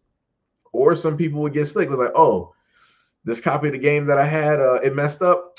Let me go rent this from Blockbuster, GameFly, whatnot, and let me swap this. Yo, I can't tell you how much money. I feel like they lost like some money during those times. Yo, Tia, what is up? What is up? What is up? Michelle said, I'm guilty of loving his movies. Wait, who are you talking about? How much older we got whoopings? Oh, you talking about Tyler Perry? Okay. I guess this must be like it must be delayed then. This must be really delayed to like where you guys are on the stream, which is weird. It's like I don't know why it's so delayed. I just do not. I'm not sure if it may be my internet or how it is, but my apologies for the stream being delayed. Because I'm sitting up here looking, I'm like, oh snap! I'm like, she talking about the Tyler Perry. Let me see. Vampire Hunter said Gotcha Man 94 is a sick classic. Okay, he's back on the anime side. Dang, wait, where are people at? Where is everybody at doing these live streams right now? This is crazy. Um, but yeah, during this era, it was a problem. I feel like PlayStation brought out these discs on purpose. They wanted to do it just to differentiate themselves from like everybody else. And I'm also guessing, I thought the black, I'm guessing, was supposed to absorb the laser better or something. It was supposed to read better, but it didn't. It didn't. Because the moment of time, those scratches, it could be a hairline scratch. That whole disc was done. And especially if you had the toughest part about PlayStation CDs is that if you look, I can't mark it on my end, you can't see it. But the middle part of the disc, if you know the original um holders for the PS2 discs, you had to press down, or sometimes you might be to pull it up. But if you repeatedly did that over time, you would start to get hairline fractures directly in the middle of the disc. And for whatever reason, the PlayStation disc would read from the center out. So automatically your disc was done. It was automatically done. And that didn't start getting fixed up until some time later where they started using like the clear disc. Once they did like the clear disc, you were pretty much good. You might have had to deal with like the disc, it might skip, but it would probably work. It would work better than the black or the purple, back disc. It was crazy. But yeah, I felt like they did that for money reasons, just to go back and have people buy more. I had about like 2 to 3 copies of Marvel vs. Capcom 2. I'll never forget that. It's like if I could go back now, I would never have tried to like turn or sold that, because that ended up actually being like worth a little bit of money later on. I was never a Grand Theft Auto fan either, but I promise you, if I had Grand Theft Auto from what was it? Was it Vice City? It was one of the Grand Theft Autos where it got banned. Yeah, was it? Was it? No, no, no. It wasn't Vice City. It was it 4? It should have been. I think it was 4. Where they had like, people know, if you know, the hot coffee scene. You had to put in like the codes for it though. Uh, for the hot coffee scene that was in GTA. If I would have known that that game would have been banned all over the world, and due to the fact of it being banned during that time, it was selling for an excess of about $600 to $800. Oh my lord! Oh, San Andreas. Thank you, thank you, thank you, thank you. Yeah, like dog, if I would have known that San Andreas was sitting up there selling like that, trust me, if I had a time machine, I would have went back with some money and I would have sat up there and bought me a nice amount. I would have probably got like 10 copies real quick. Just so I can go back in time and sell them bad boys online to somebody real quick in Australia, wherever it is. Oh man, who I would have made out like a thief in the night. Let me tell you something. Let me tell you something. What else? Man, I've been smiling so hard.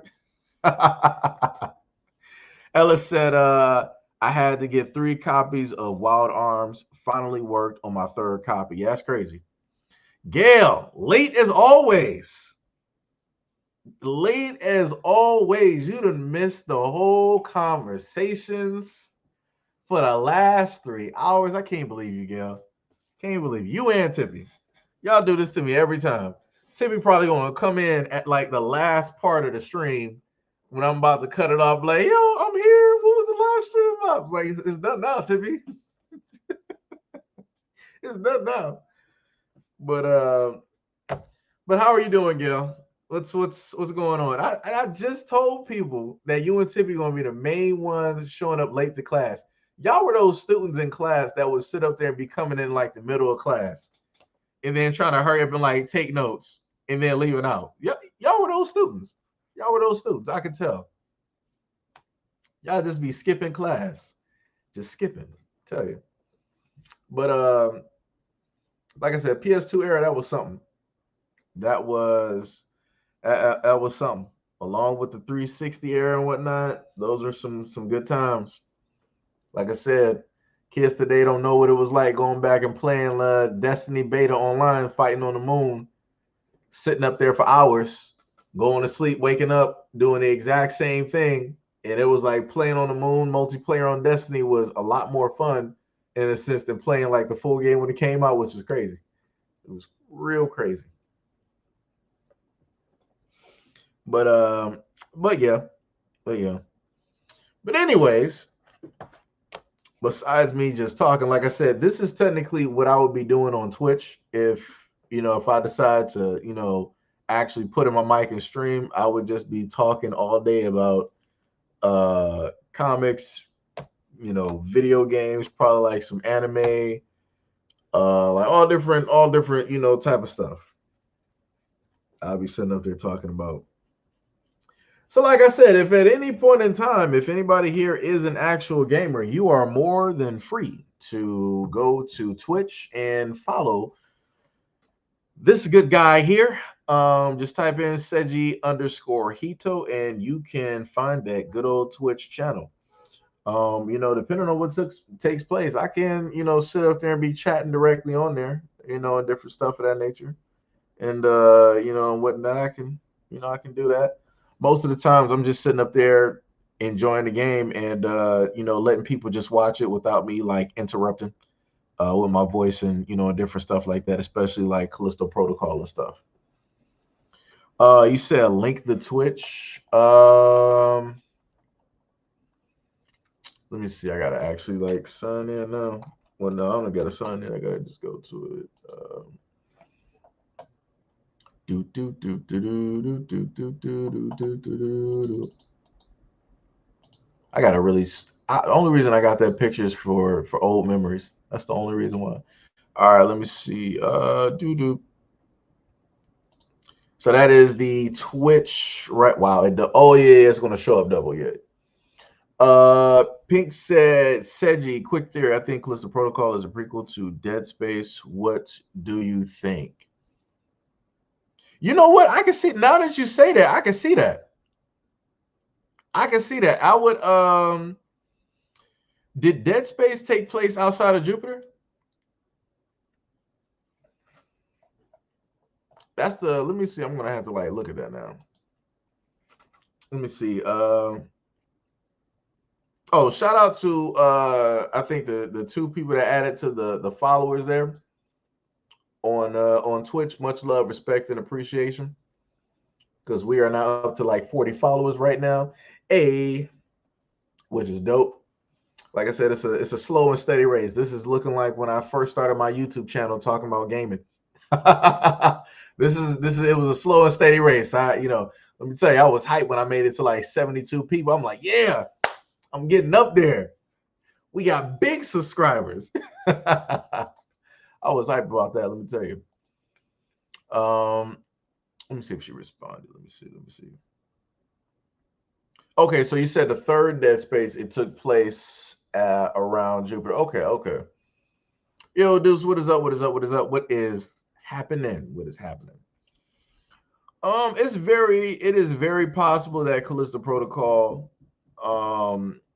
has some links to the game. You said the planet looks eerily similar.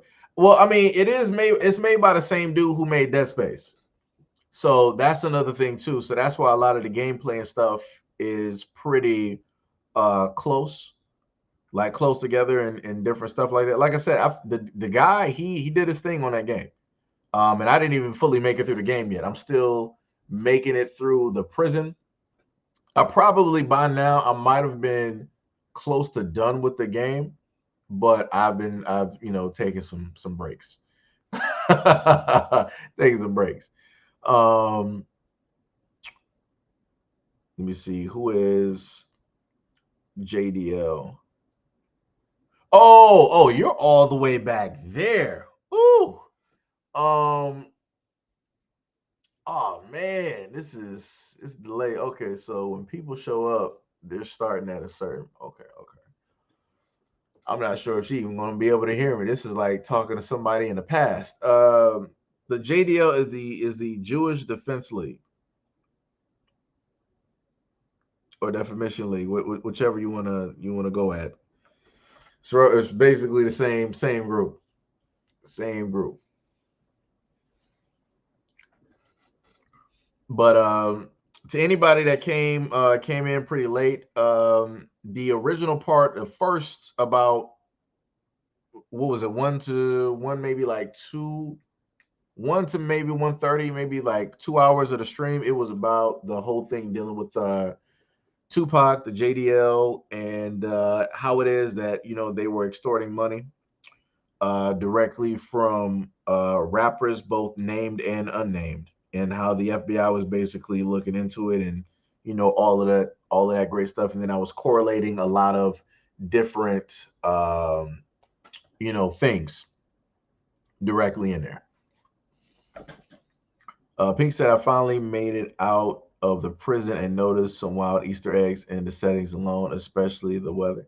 Oh, you already got the suit. Oh, I mean, you already got me beat. See, normally I would have already been done with. Of course, you would also be playing Dead Space because that is the image that you got on your profile. So, of course, I should have expected. I should have expected. You were waiting for this your whole life. Waiting for this your whole life. All my life, I had to fight. But yeah, yeah. Now I gotta sit up there and actually. You know what? Matter of fact, I might, depending on what is today. Today is Friday, right? I think today Friday. Okay. Depending on what happens, I might stream some Callisto Protocol tonight. I might just do that. I might just do it. I think that the last time I streamed was, I streamed what's the name for like 5 hours though. Let me see, Callisto Protocol. You only got like 2 of those. Yeah, I made it about like 4 hours in on the game. I mean, the most views I technically get is on Soulstone Survivors, which I really do like that game. That game actually kept me off of Call of Duty for quite a bit of time. It's crazy how much time I spent on that and not Call of Duty. I want to actually edit recent games because Modern Warfare 2 shouldn't be up there. Why do I have talk show and podcast up here? Vampire Survivor, nobody actually really watched that. I can't really play Warhammer Darktide on PC because it doesn't work as it should, which is crazy how that happens to me. It just doesn't make any sense. But yeah, we be streaming Soulstone Survivor, Callisto Protocol, and that Modern Warfare 2 because we are about that life. I'll also play the free to play game, which is the Gundam game. I gotta actually look. Oh, I gotta roll this chair over just a little bit. Where's the controller? Let me see if I can put this on real quick. See something.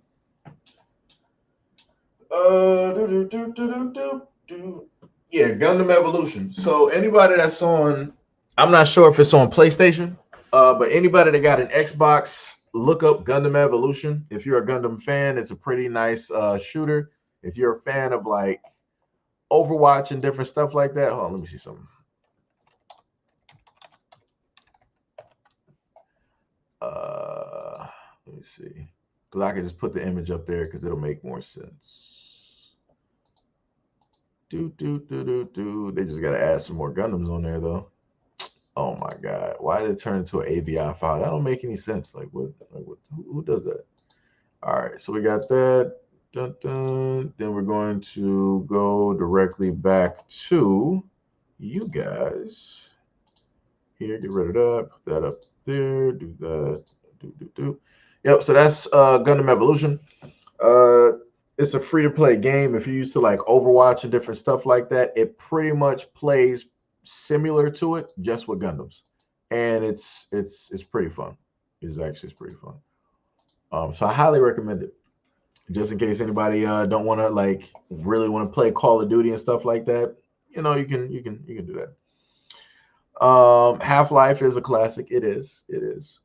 Not sure if they're going to happen to make another one, but we will see. Miss Hart, what is up? What is up? Said I came too late.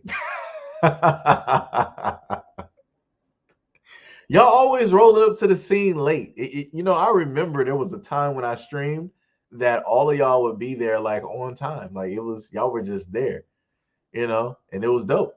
And then y'all just started coming late. Like I don't understand what's going on here, guys. Gail said do it. You said, will it be on YouTube? Nah, I stream on Twitch. Let me see if I can. Let me do it this way, because maybe that would actually be a little bit better. Because now I gotta go to. I would actually have to take this out, make it a separate window. I'm not even sure what that is. That threw me off. Go to channel.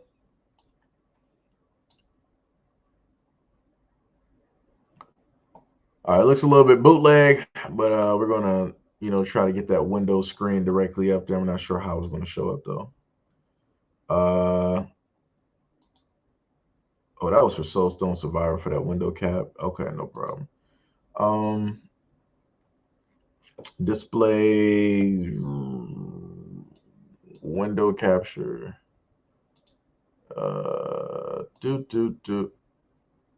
okay. So it actually did it. All right. So yeah, so this is basically what the Twitch in a sense looks like. This is technically my Twitch, my little side. So that's pretty much what that looks like there. So you'll actually know. Hey, somebody had just followed the good sir here. Much love and appreciation to whoever became 41 in there. That's, it's all love out here. Like I said, we're trying to, diversify out here. We do politics, and brother's also a gamer. So if you like games, I will play, games, even to the extent of trying to potentially get the game that people want to see be played. Uh, I mean, that does cost money, so people can donate, and brother will happily sit through the struggle of whatever game it is and play it. Like I said, we ain't there yet where I could just sit up there and be like, all right, I'm about to just spend $1,000 and I'm about to just be playing these games just for y'all. Just I'll play them for you just so that you don't have to. We ain't at that point yet, but one day we will be at that point, and it's gonna be fun times. Because whatever game that y'all list, I'm like, all right, we're going to take a poll. We're going to see on which game that we're going to do a top three. And whichever game is, games are in that top three, those are the games that'll be bought. And, I'll be going through those daily, and, of course, still putting out content on YouTube. But, I'll be putting out, playing those games daily, going through it. And, we'll be exploring and talking and whatever it is, however it basically goes.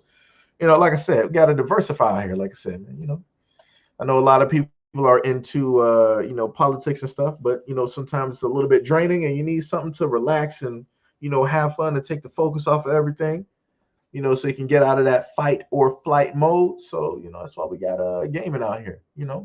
We about that life.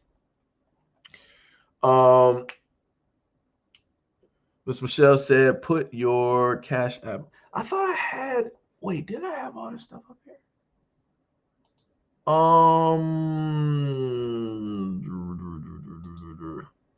Do I have to go to edit? Let me see. Copy. Let me go to cancel.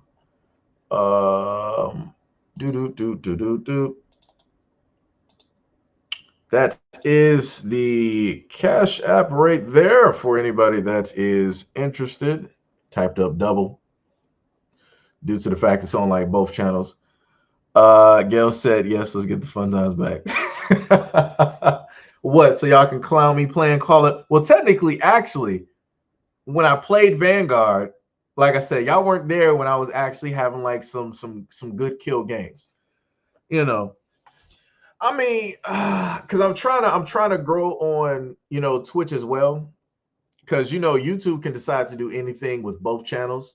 So it's like I can invest time and energy, playing games and stuff on here. But if I'm, got all of y'all here, and then they be like, all right, well, SEIJIHITO, we find that your channel is XYZ, so we're gonna get rid of it. Goodbye. If they decide to do that, then everybody's gonna be like, whoa, yo, what happened to Seiji? Like, where did he go? Did he delete his channels? Like, people just ain't gonna know. Even though I highlight, certain stuff and tell people like, hey, you can go to the Twitch. You can see me on Facebook and and different stuff like that. Like I said, I even at certain, well, it's not as frequent, but I also stream games sometimes on Facebook gaming as well. Like I said, I try to be everywhere. Like I said, you got to do stuff different. Um, Ella said, "Real ish." Miss Michelle said, "Got it. Thanks." Gail Jones said, "Is Twitch free?" Yeah, Twitch is free. That's free. It's always been free. Gail's no subscription here.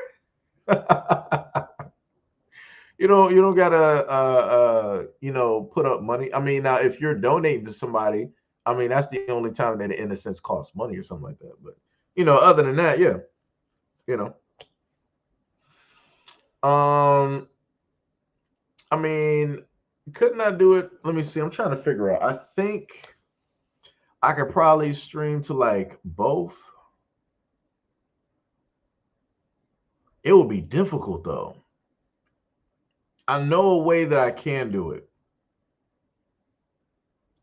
It would be so ridiculous to do it like that though, because you should just be able to do it just from like one thing. Like I said, let me give me a little bit of time. Like I said, I already got one thing where I can like stream to uh of course I'm doing it to like two different channels, and then I can probably also do that to Twitch as well. But I would just have to figure out some stuff, and it'll probably have to be on a different computer that'll be able to handle the whole process. Um, Let me see. How would I do it? Because the computer can handle it. Graphics card is good. I got the capture card. The Xbox is hooked up to it. It would take me a minute. I can figure out something. So I'll probably be able to do it to like both. Um, what's the names? Because the only problem that comes in is that how I'm doing this here. Let me see. Could I? Actually, nope. You know what? I got you, guy. I can actually do that. I can actually stream it to both here, and I can do it at Twitch at the same time. I can. It took me a minute. I had to like think about it. But Legba said, "Seji, what's your gaming setup like?" Um, my gaming setup is whack. My gaming setup is weak. Let me see. I'm trying to get the card. Hold on. I gotta if I can get the box, hold on, give me 1 second.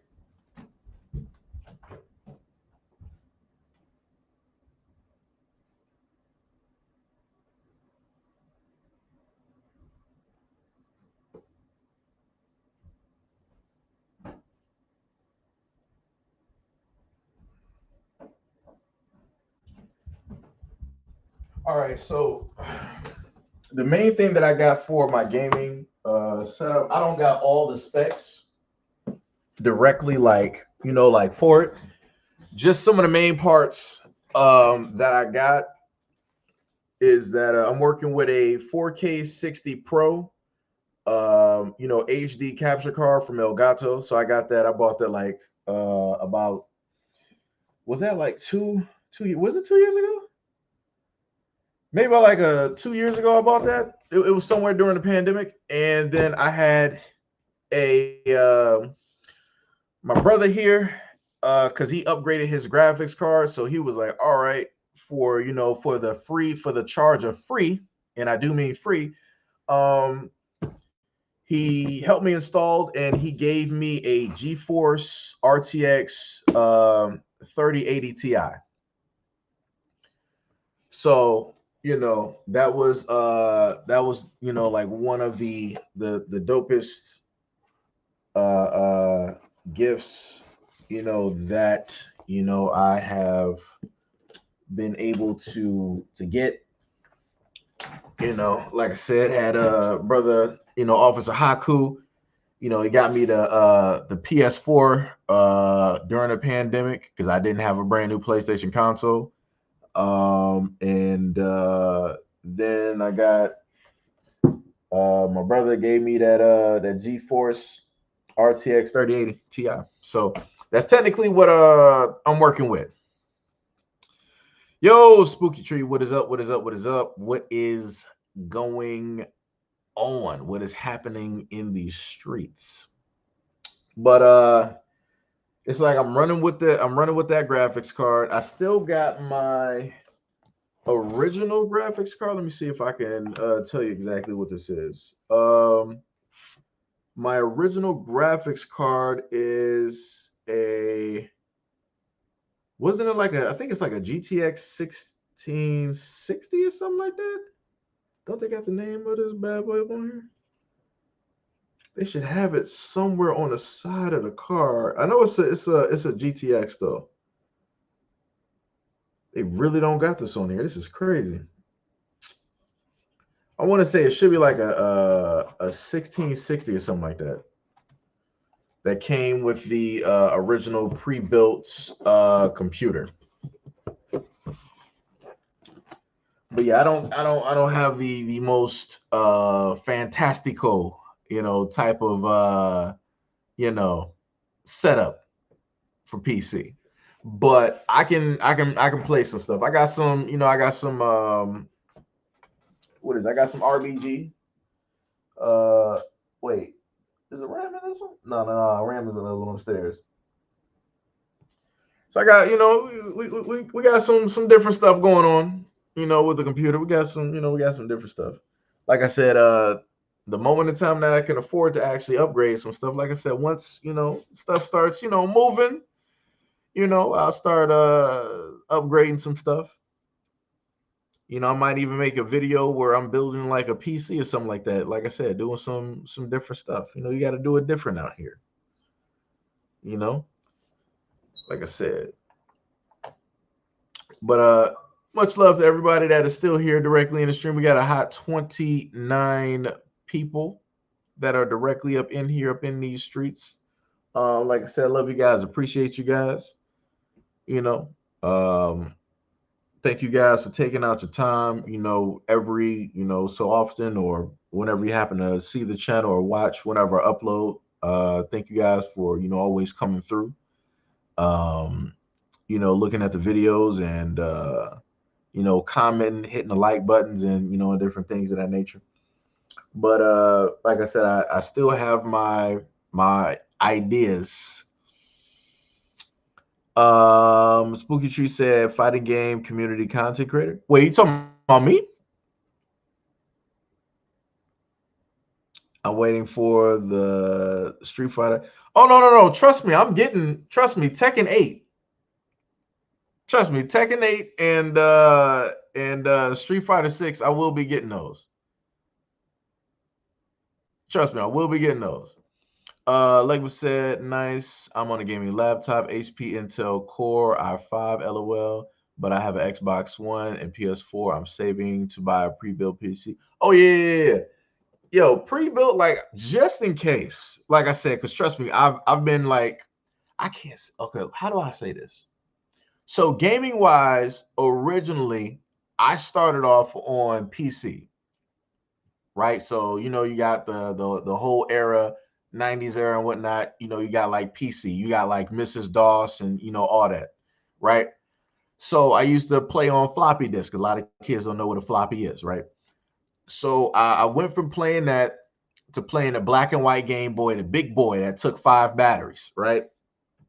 So went from that to then the Game Boy Color, the Mini, played the Super Nintendo, played, Super Street Fighter 2, Mega Man, you played Sega, played Sega Saturn. I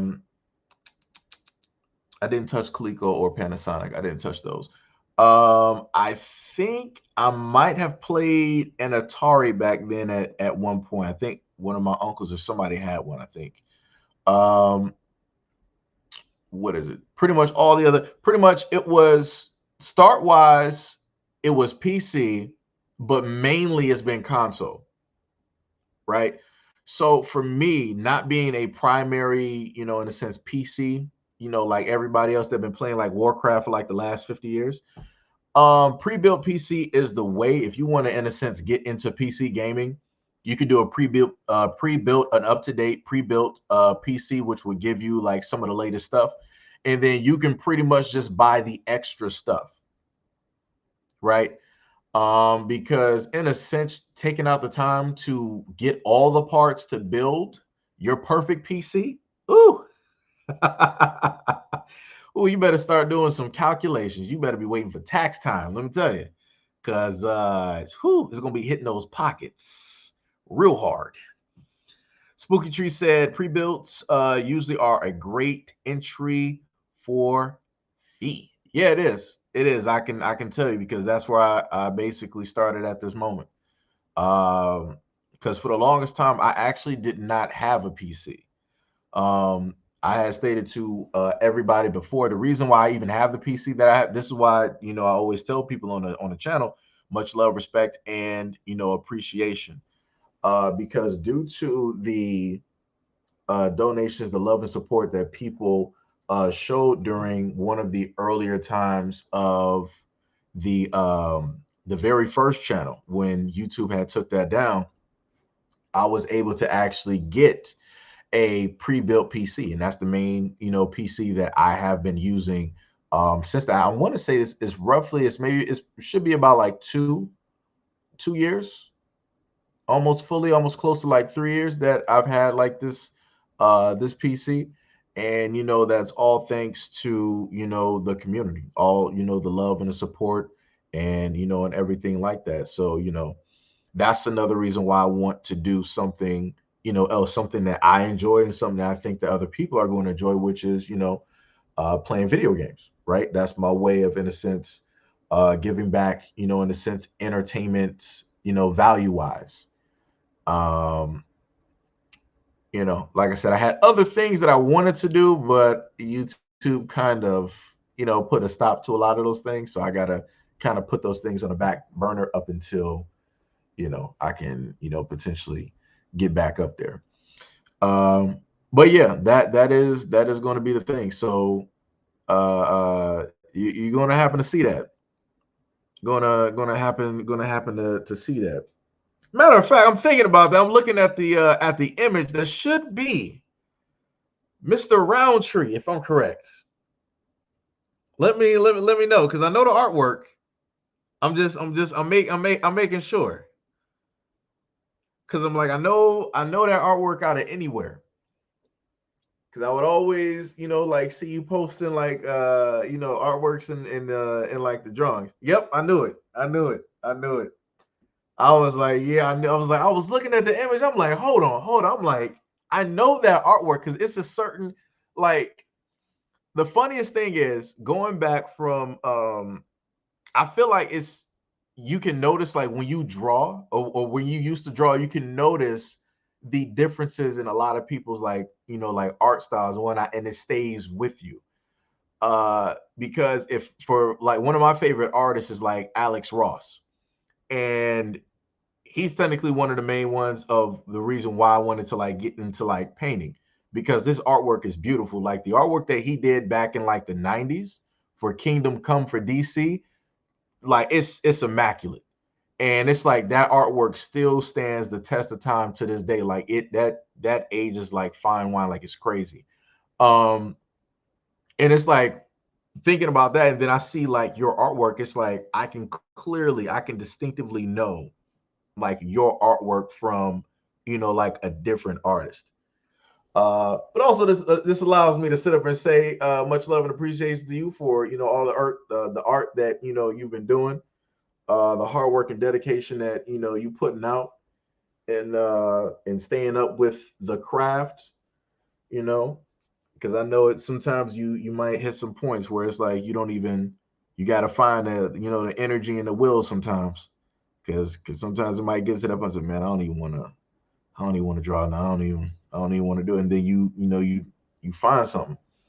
And then from finding that, that's something, you end up creating something greater and whatnot. So, you know, like I said, everything that you're doing right now as an artist, whether you know it or not, a lot of people are watching. You have a lot of people that are more than likely inspired by what it is that you are doing. and it is going to put you, is going to bring you into a lot of places. Because I got a friend that I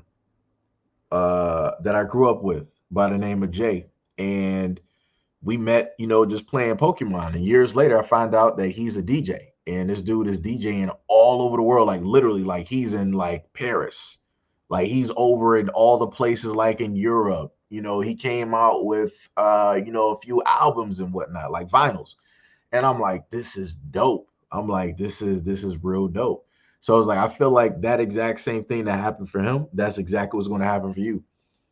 It's only like a matter of time. It's like soon enough, like the artwork that you are just like doing, it's like people all over the world are going to like know, your art style and your work. So like I said, it's going to pay off. It is going to pay off handsomely. I can tell you. Um, Gail said some of these content creators take their YouTube channels way too serious. I'm like, don't you understand that you are just a tenant and YouTube is a landlord? I mean, true, yeah, yeah. But it's like I get why it is that they take it serious, and that's due to the fact of everything is a brand, right? So the best way I can explain it to people is that the moment in time. Oh, Mr. Roundtree, let me tell you something real quick. I'm not sure if you might have another social media, but I would say, right, as somebody who does YouTube, been doing it for like some from year. Oh, he said, how you doing, LOL? Let me make your merch. I mean, we can sit up there and collaborate on some stuff, figure some stuff out. I would, like I said, I would not mind. Like I said, I do not mind sitting up there sharing. Like I said, however it basically goes, that is how it goes, whatnot. We can easily sit up there and do something like that. That'd be dope. That'll really be some fly type stuff. Let me tell you, because before, like I thought about it before, I got some stuff, but then it's like I don't know. It's like it is time to do some different stuff and have an artist actually do it. So Mr. Roundtree, we got hackers asking, do you draw commissions? So you can let some people know we got people out here that might be interested in your skill set there, sir. You can let them know. Matter of fact, hold on, let me which I gotta figure out what channel. What channel? He's on the other channel. Let me see. Um, can I highlight his name? Let me see. Or would I have to? How would I do this? No, no, no, no. Okay, let me see. TR3. Okay, I gotta find you on YouTube real quick. Let me see. Because I can actually just add you so as a moderator on this one so that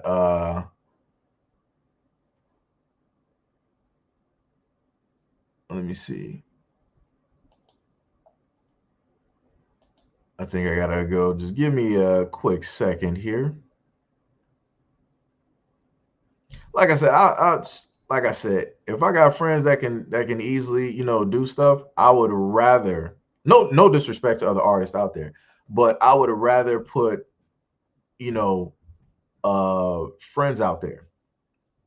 I would rather have them in a sense getting that spotlight, getting that recognition and that notice. Like I said, that was one of the main reasons that um I did a lot of the things that I did on my platform, because I got people out here that I've known for years, like Mr. Roundtree here, like, yo, that's 360 era, that's like Modern Warfare 2, like that's years, sitting up there having like a lot of conversations about like animes and different stuff like that. Okay, so that's the area that I gotta go to. Let me see. I'm gonna try to find you real quick on on YouTube.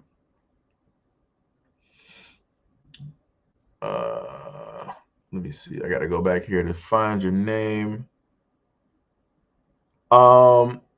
You said, are we on Twitch? No, no, no. I'm doing on. I'm streaming on both of the YouTube channels.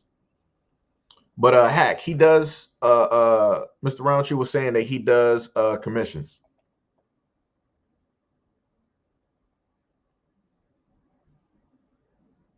Yo, what is? Oh yeah, yeah, we got Officer Mr. Haku up here. What's up? What's up? What's up?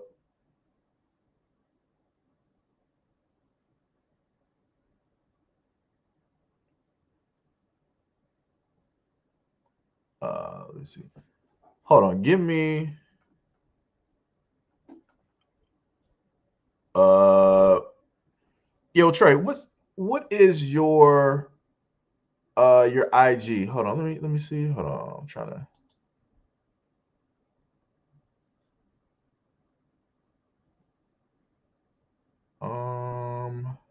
Let me see. I'm trying to find you real quick. I'm doing like two things. I did it for you. Wait, wait, wait.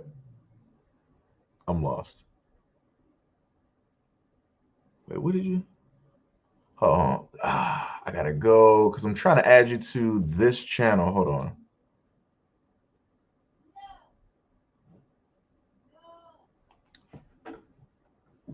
Wait, hold on. Give me a second.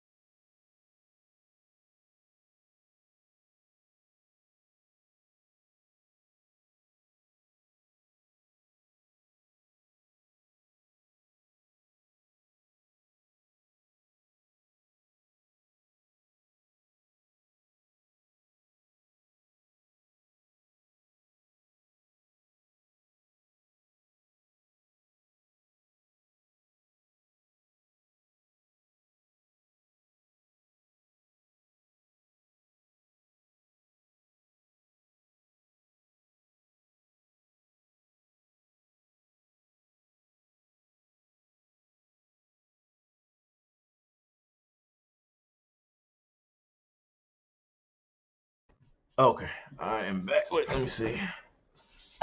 Okay, you said you're on the second coming. Wait, let me see. Let me go to the. Okay, okay, okay. I got you. Let me add you as a moderator.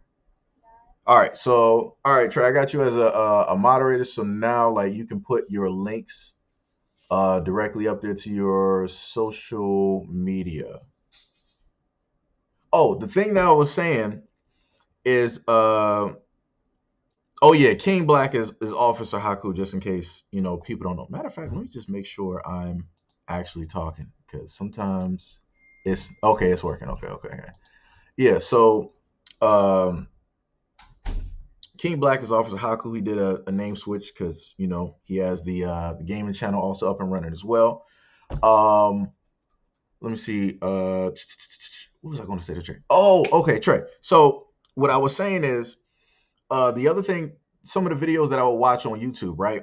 So another way to monetize the work that you do, on top of, if you happen to sell stuff or you do commission work and stuff like that, start up a YouTube channel just in case you don't already have one. Not sure if you do. Matter of fact, let me click on it because clearly you got a profile. Clearly, you got a profile. Let me see. So if you type something in again, your name will show up as blue. So that'll let you know that you are now a moderator on the channel. Let me see. Okay, you do got the channel. Okay, perfect. Let me subscribe directly to you. Yeah, what is up with that baby face in the background? What is that? What is going on? What is happening? All right, so perfect. You already got like the YouTube channel. So one of the main things that I've watched is that I used to sit up there and watch a lot of artists, and they used to like maybe they might have like a lot of artwork that they do, so they'll just so happen to draw it out, but then they'll speed up the footage, right? So something that may take them like 3 hours or something, they'll speed up the footage into like maybe like a 30 or 45-minute video or something like that, right? And it's basically from like start to finish and stuff like that. And a lot of those videos, people like myself, we will actually sit there and like watch those videos. And for certain instances, people have gotten like tens of thousands, hundreds of thousands, or whatnot, views of watching people do their artwork. Because like I said, there's a lot of people out here that can't draw, right?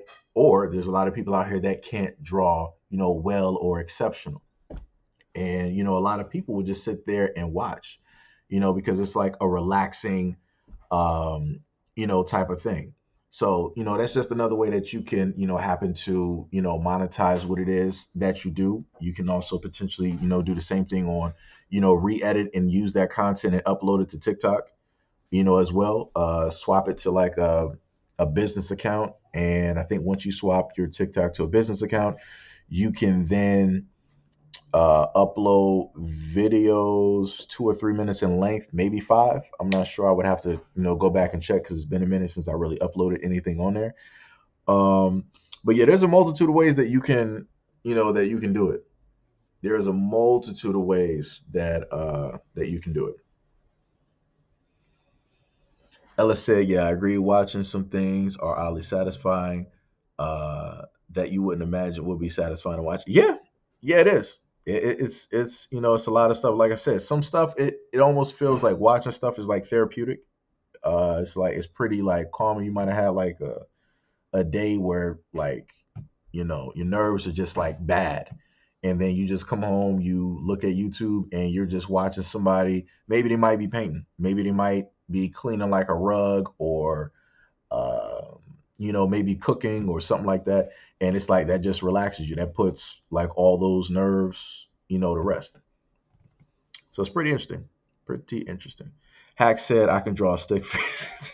I couldn't even tell you what I could even draw at this moment because it's been a while. It's been a long while.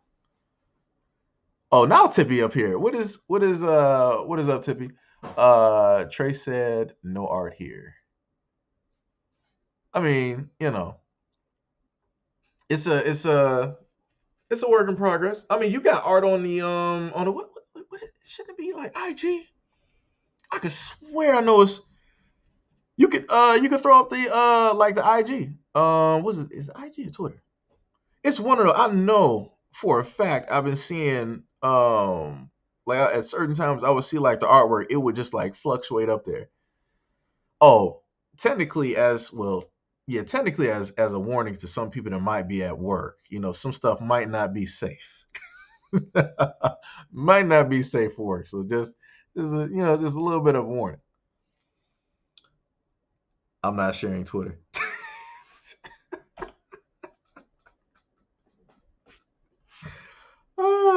Oh man. Yeah, wait, but don't you got the IG though? I think that the IG should be fine though, right? I can't tell on what's the name if let me see if your name shows up blue. Okay, yeah, it shows up. Oh yeah, Trey, just in case you don't know, that's Officer Hot King Black, that's Outlaw. So Outlaw, Trey Day, Outlaw. Everybody, y'all should remember back in those Modern Warfare 2 days, 360 days. Pink said my son loaded a video of me playing a 5-minute game on TikTok and literally got over 900 likes. He wants to keep. Yeah, you might. Yo, that's how it starts. You might as well keep going. Like if your son literally uploaded videos of you playing like video games and you got views, you might as well keep playing. You might as well keep doing it. Like I said, that's how a lot of things start. Like I said, it was one story. It was a little bit of a sad story, but the long story short, the video that I did of this one girl that was doing TikTok, she said that she had quit her normal job because she was making like $1,000 a day on TikTok. So very easily, there's money directly out there. So if you getting views like that, go for it. Like I said, I done put videos on TikTok. I don't got nowhere close. You literally your one video. It just took a full fledged dinosauric Jurassic dump on anything that I directly placed out there. Trey said he does have the IG and it's tame for yeah, it's tame. It's tame. It's there.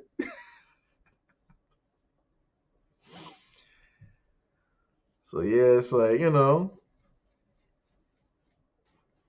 but yeah, you could put up the so okay. So Trey, since you are a moderator on the channel, you can easily just not upload, I'm sorry. You can put the link to your IG um in the comment section. So if people, want to happen to see the commissions or different things like that, or try to inquire about commissions and different stuff like that, they can go there and see the artwork that you have up there. I swear I think I do have you on Twitter though. I want to say I do on one of my other Twitters. I got you on my other can't get more shirt on one of my other accounts. I swear I got you up there because I seen some of the artwork up there. I'm like, oh snap! I'm like, this is what's happening right now. This is what is happening. Like I said, the brother does very, very, very great work. Very great work, man. But yeah, man. Um, I'm not sure. I would probably have to sit up there and talk to you to try to figure out some stuff. He was like, man's had to double take. Yeah, man. It's like, some good artwork. The funny part is when your artwork showed up, then I started seeing like how Twitter works, the algorithm. Your artwork is up there, and then it started putting other people's artwork up there that was like of like a similar, like type of tone. And I'm like, ain't this something? I'm like, I can't sit up there, like I can't like I couldn't sit up there and be at a what is it? Not a bus stop, but I couldn't be at an airport or a subway station because then people be like, huh, what is wrong with you? I'm like, ain't nothing wrong with me. It's just like, my friend draws this. It's like, what is wrong with you? Nothing is wrong with anybody. It's just artwork, you know. But yeah, I'll have to sit up there. I will have to figure out some stuff though. What type of like I have a general sense of some stuff that I would want, but it was like my whole main deal is like if I like for the general sense, I would just give it to like the artist to just, you know, be like imaginative to just like, be creative. Like almost like going to like a barber. It's like, I want just like a haircut. It's like, you got creative control. Let's see what you can do. Right. It's like I got like a little bit of I'll throw this out there unless, you can just handle the rest. You know. That's basically how I look at it. So Trey listed the Instagram for those who are interested. Let me think I can roll that directly. I can post it up there. I wish they gave you like a personalized like name at the end where it can just be like Instagram slash, like your name or whatever. Cause it's like every time they end up doing like all of these like numbers and letters and stuff, it's like a secret password or a code or something. It's crazy. Yo, Trey, do you got PlayStation or you got Xbox? Or do you still play games? Because I can tell a lot of time has been spent on like the drawing aspect, like it's there. Because me and Outlaw, we got both. We're on both PC, PS5, and this man said Gamecast. This man, I'm on PC. Wait, don't I got you on Steam then? Let me see. I'm trying to figure out this computer down here can handle this. I'm trying to open up Steam. Well, technically, I'm just opening up the app, so it should be fine, realistically. But I got a lot of tabs though. Let me close down some of these tabs real quick. Let me just do that. All right, so I did. I got you on YouTube, so I subscribed to you on there. I don't got you on Steam. Yo, what is your Steam? I can set up to add you on there. Swear, it felt like I ain't talked to this dude in like a decade or something.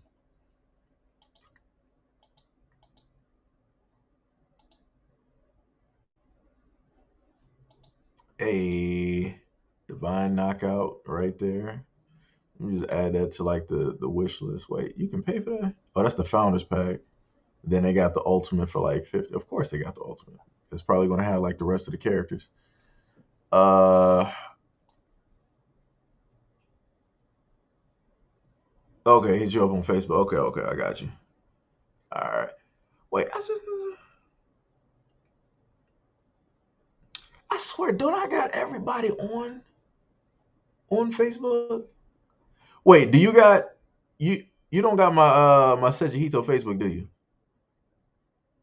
I don't think you got that one.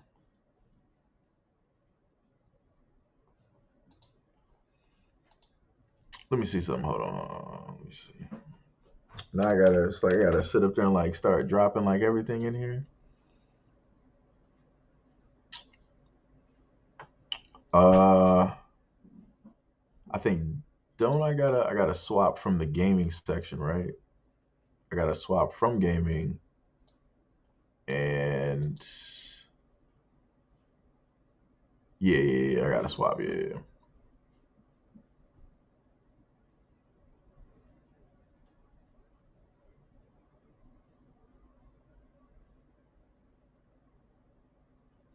Why is it taking so long to switch profiles? Are you kidding me? Okay, there we go. All right. So come on now.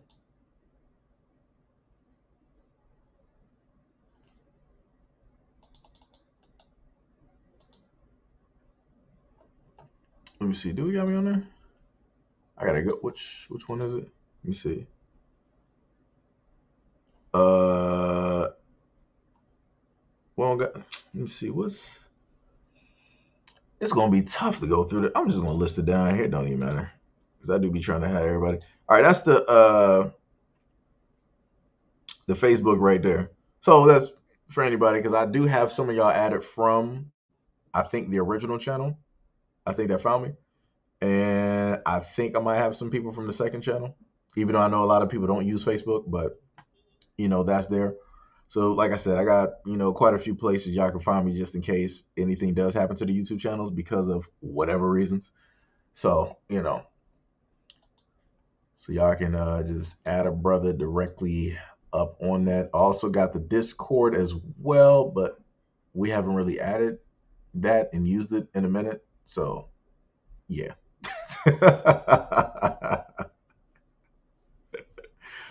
So yeah, that's something there.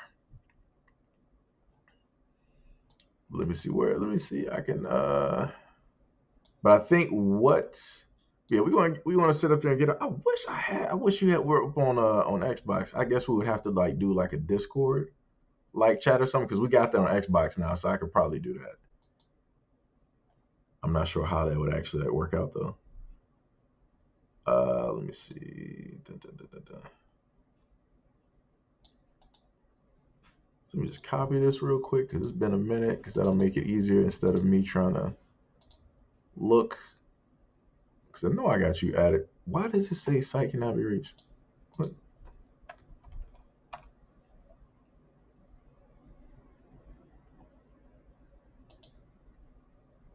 How does that work?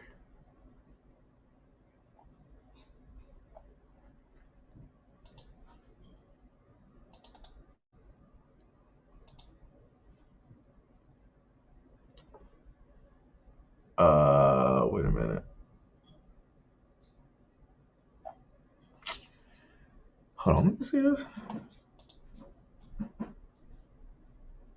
Okay, so when I click on it, it works. When I don't click on it, it doesn't work. Okay.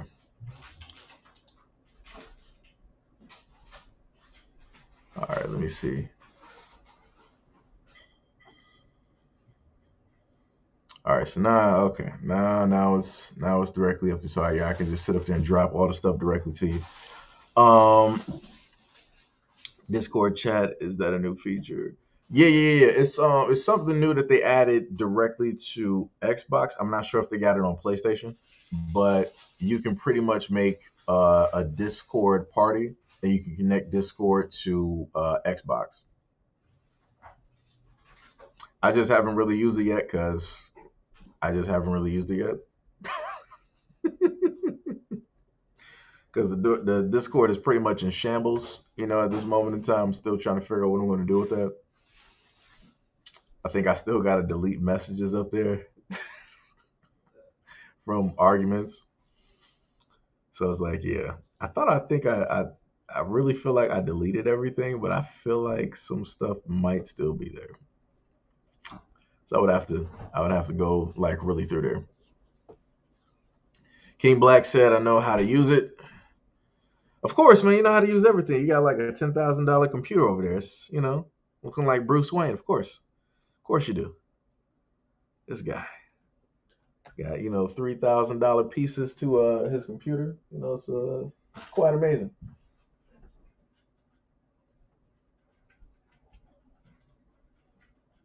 Only three. Yeah, quite amazing. All right. But yes, yep, so that is the thing there.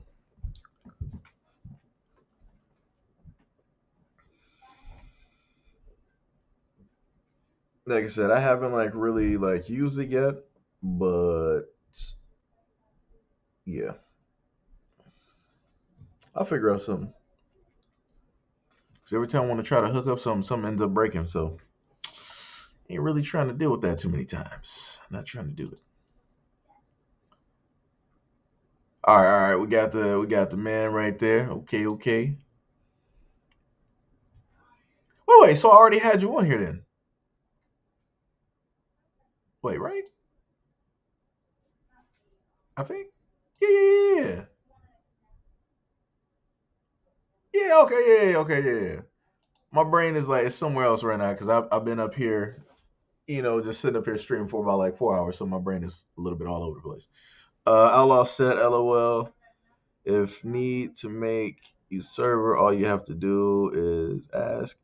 Like I said, we'll do. Like I said, I don't really get around to everything because my brain is all over the place. You know, this man is silly. He was like, "Yes, hello, it's your voice." This man, oh man, this dude. Let me tell you. Like I said, I miss the old days when everybody was on, like 360 and whatnot. It was fun times. A lot of fun conversations, hilarious moments. Like I said, only on Xbox. PlayStation is cool. PlayStation is cool, but it's like a lot of all the funny, hilarious moments where I was like out of breath, face was probably changing colors, I was crying tears. That's all Xbox right there. Fun times, very fun times. Let me tell you, very very very fun times.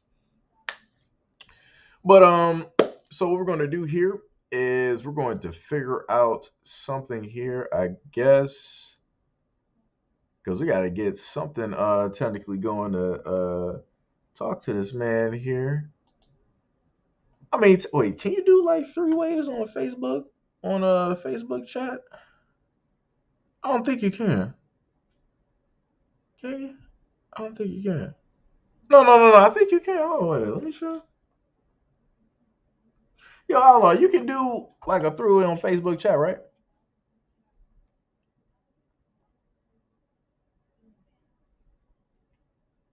'Cause I'm trying to figure out. So all of us can be up here on like on Facebook and whatnot, sitting up here just conversating. Okay, you can. Yeah. So yeah, we can sit up there and do that then. We can sit up there and do that. So all right. So what I want to do here is try to figure some stuff out. I'm going to get up off of this live. So again, if anybody want to follow, you can hit the boy up on Twitch. Seiji underscore Hito. If you're into video games, want to you know in a sense be away from the everything dealing with politics and different stuff like that. You just want to relax, laugh, have some fun, watch me lose or watch me catch some bodies in Modern Warfare 2. You know, can easily sit up there and do that. TV said, "What are you about to play?" I am not too sure. I was actually going to talk for a moment and then try to figure out some stuff. I really haven't played anything in a minute because I've just been fixated on doing videos, which is weird.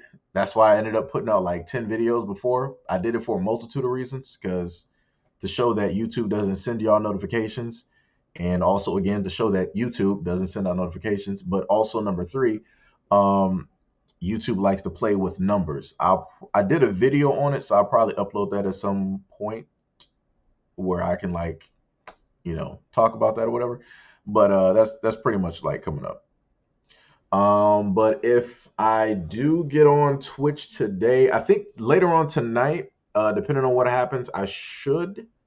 I'm not. I can't put a promise on it, but I should. I want to say I should be streaming Callisto Protocol, hopefully. Um, Other than that, it might be Gundam, because that's the main thing that Outlaw's been streaming. Or maybe Call of Duty.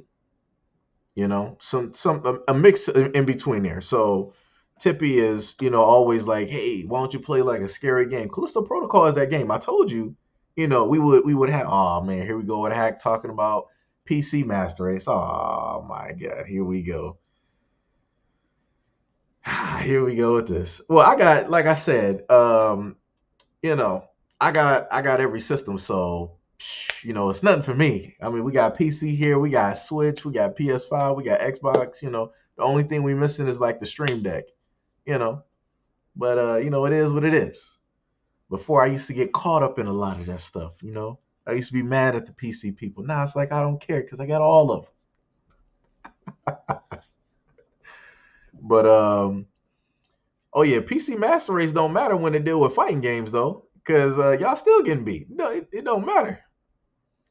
You're not showing me a lot of PC players, mastering fighting games and winning Evo. I'm just saying, that's console tech right there. Trey said, for a broken meth that draws PC is kind of the move. Yo, man, we all broke out here. Trey said, got that new Need for Speed. Oh yeah, yeah, yeah. Need for Speed look dope. Like, yo, a lot of the stuff, a lot of the games that I see coming out, um, a lot of that reminds me of like the PS2 moving into like the 360 like type of era. It's almost like a deja vu like type of deal. Because Unbound looks like Underground. And it was like that was like one of the main Need for Speeds that I played during that time. And then the rest was basically history. So it's looking, gaming is going to be looking pretty bright by the way that things are trying to move and whatnot. It's going to be looking pretty bright. Let me tell you. But yeah, we can sit up there and get on Facebook and start talking. Cause we ain't talking some years. It's been a minute since heard Trey, man. I can still remember his dude voice. Let me tell you. It feels like it too, and don't look like it's going to have microtransactions at the moment. That's good. That's good. Now, this is the thing. I'm not really.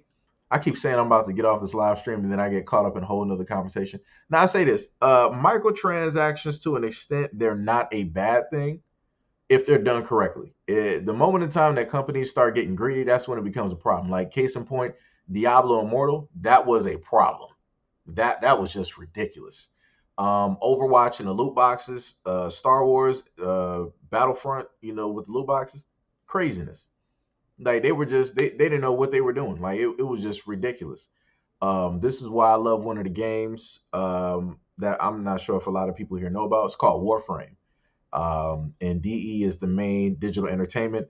They're the main ones that are basically creating, overseeing Warframe and stuff. They're also working on a brand new game as well, which is like a Souls-like Warframe esque type of deal, which is dope. Which is still dealing with the Warframe lore and that whole story. But at one moment in time, it almost feels like maybe like close to 10 years ago. Um, DE was going to release a mechanic in the game. I think it dealt with loot boxes or it dealt with gambling. And once they stated a person, I think they said they spent like 500 or they spent like quite a bit of money on there. Once they heard about that, they were like, yeah, this is a problem. We didn't put it there for that. And to know that people are out here willing to do that, we can't do it. So they immediately shut that down and they gave back the money to the person who spent it. You're not going to really have game companies that are going to, have that type of thing about them where they're like, all right, we made a mistake. We're going to backtrack on this and we're going to take it out. We're never doing this again. And here's your money back. A lot of game companies ain't doing that. They're like, oh, you spent your money here. Oh, people said this is a problem because it's gambling. All right, well, we'll shut it down, but you ain't getting your money back. That's what they'll do. You know. So that's pretty good.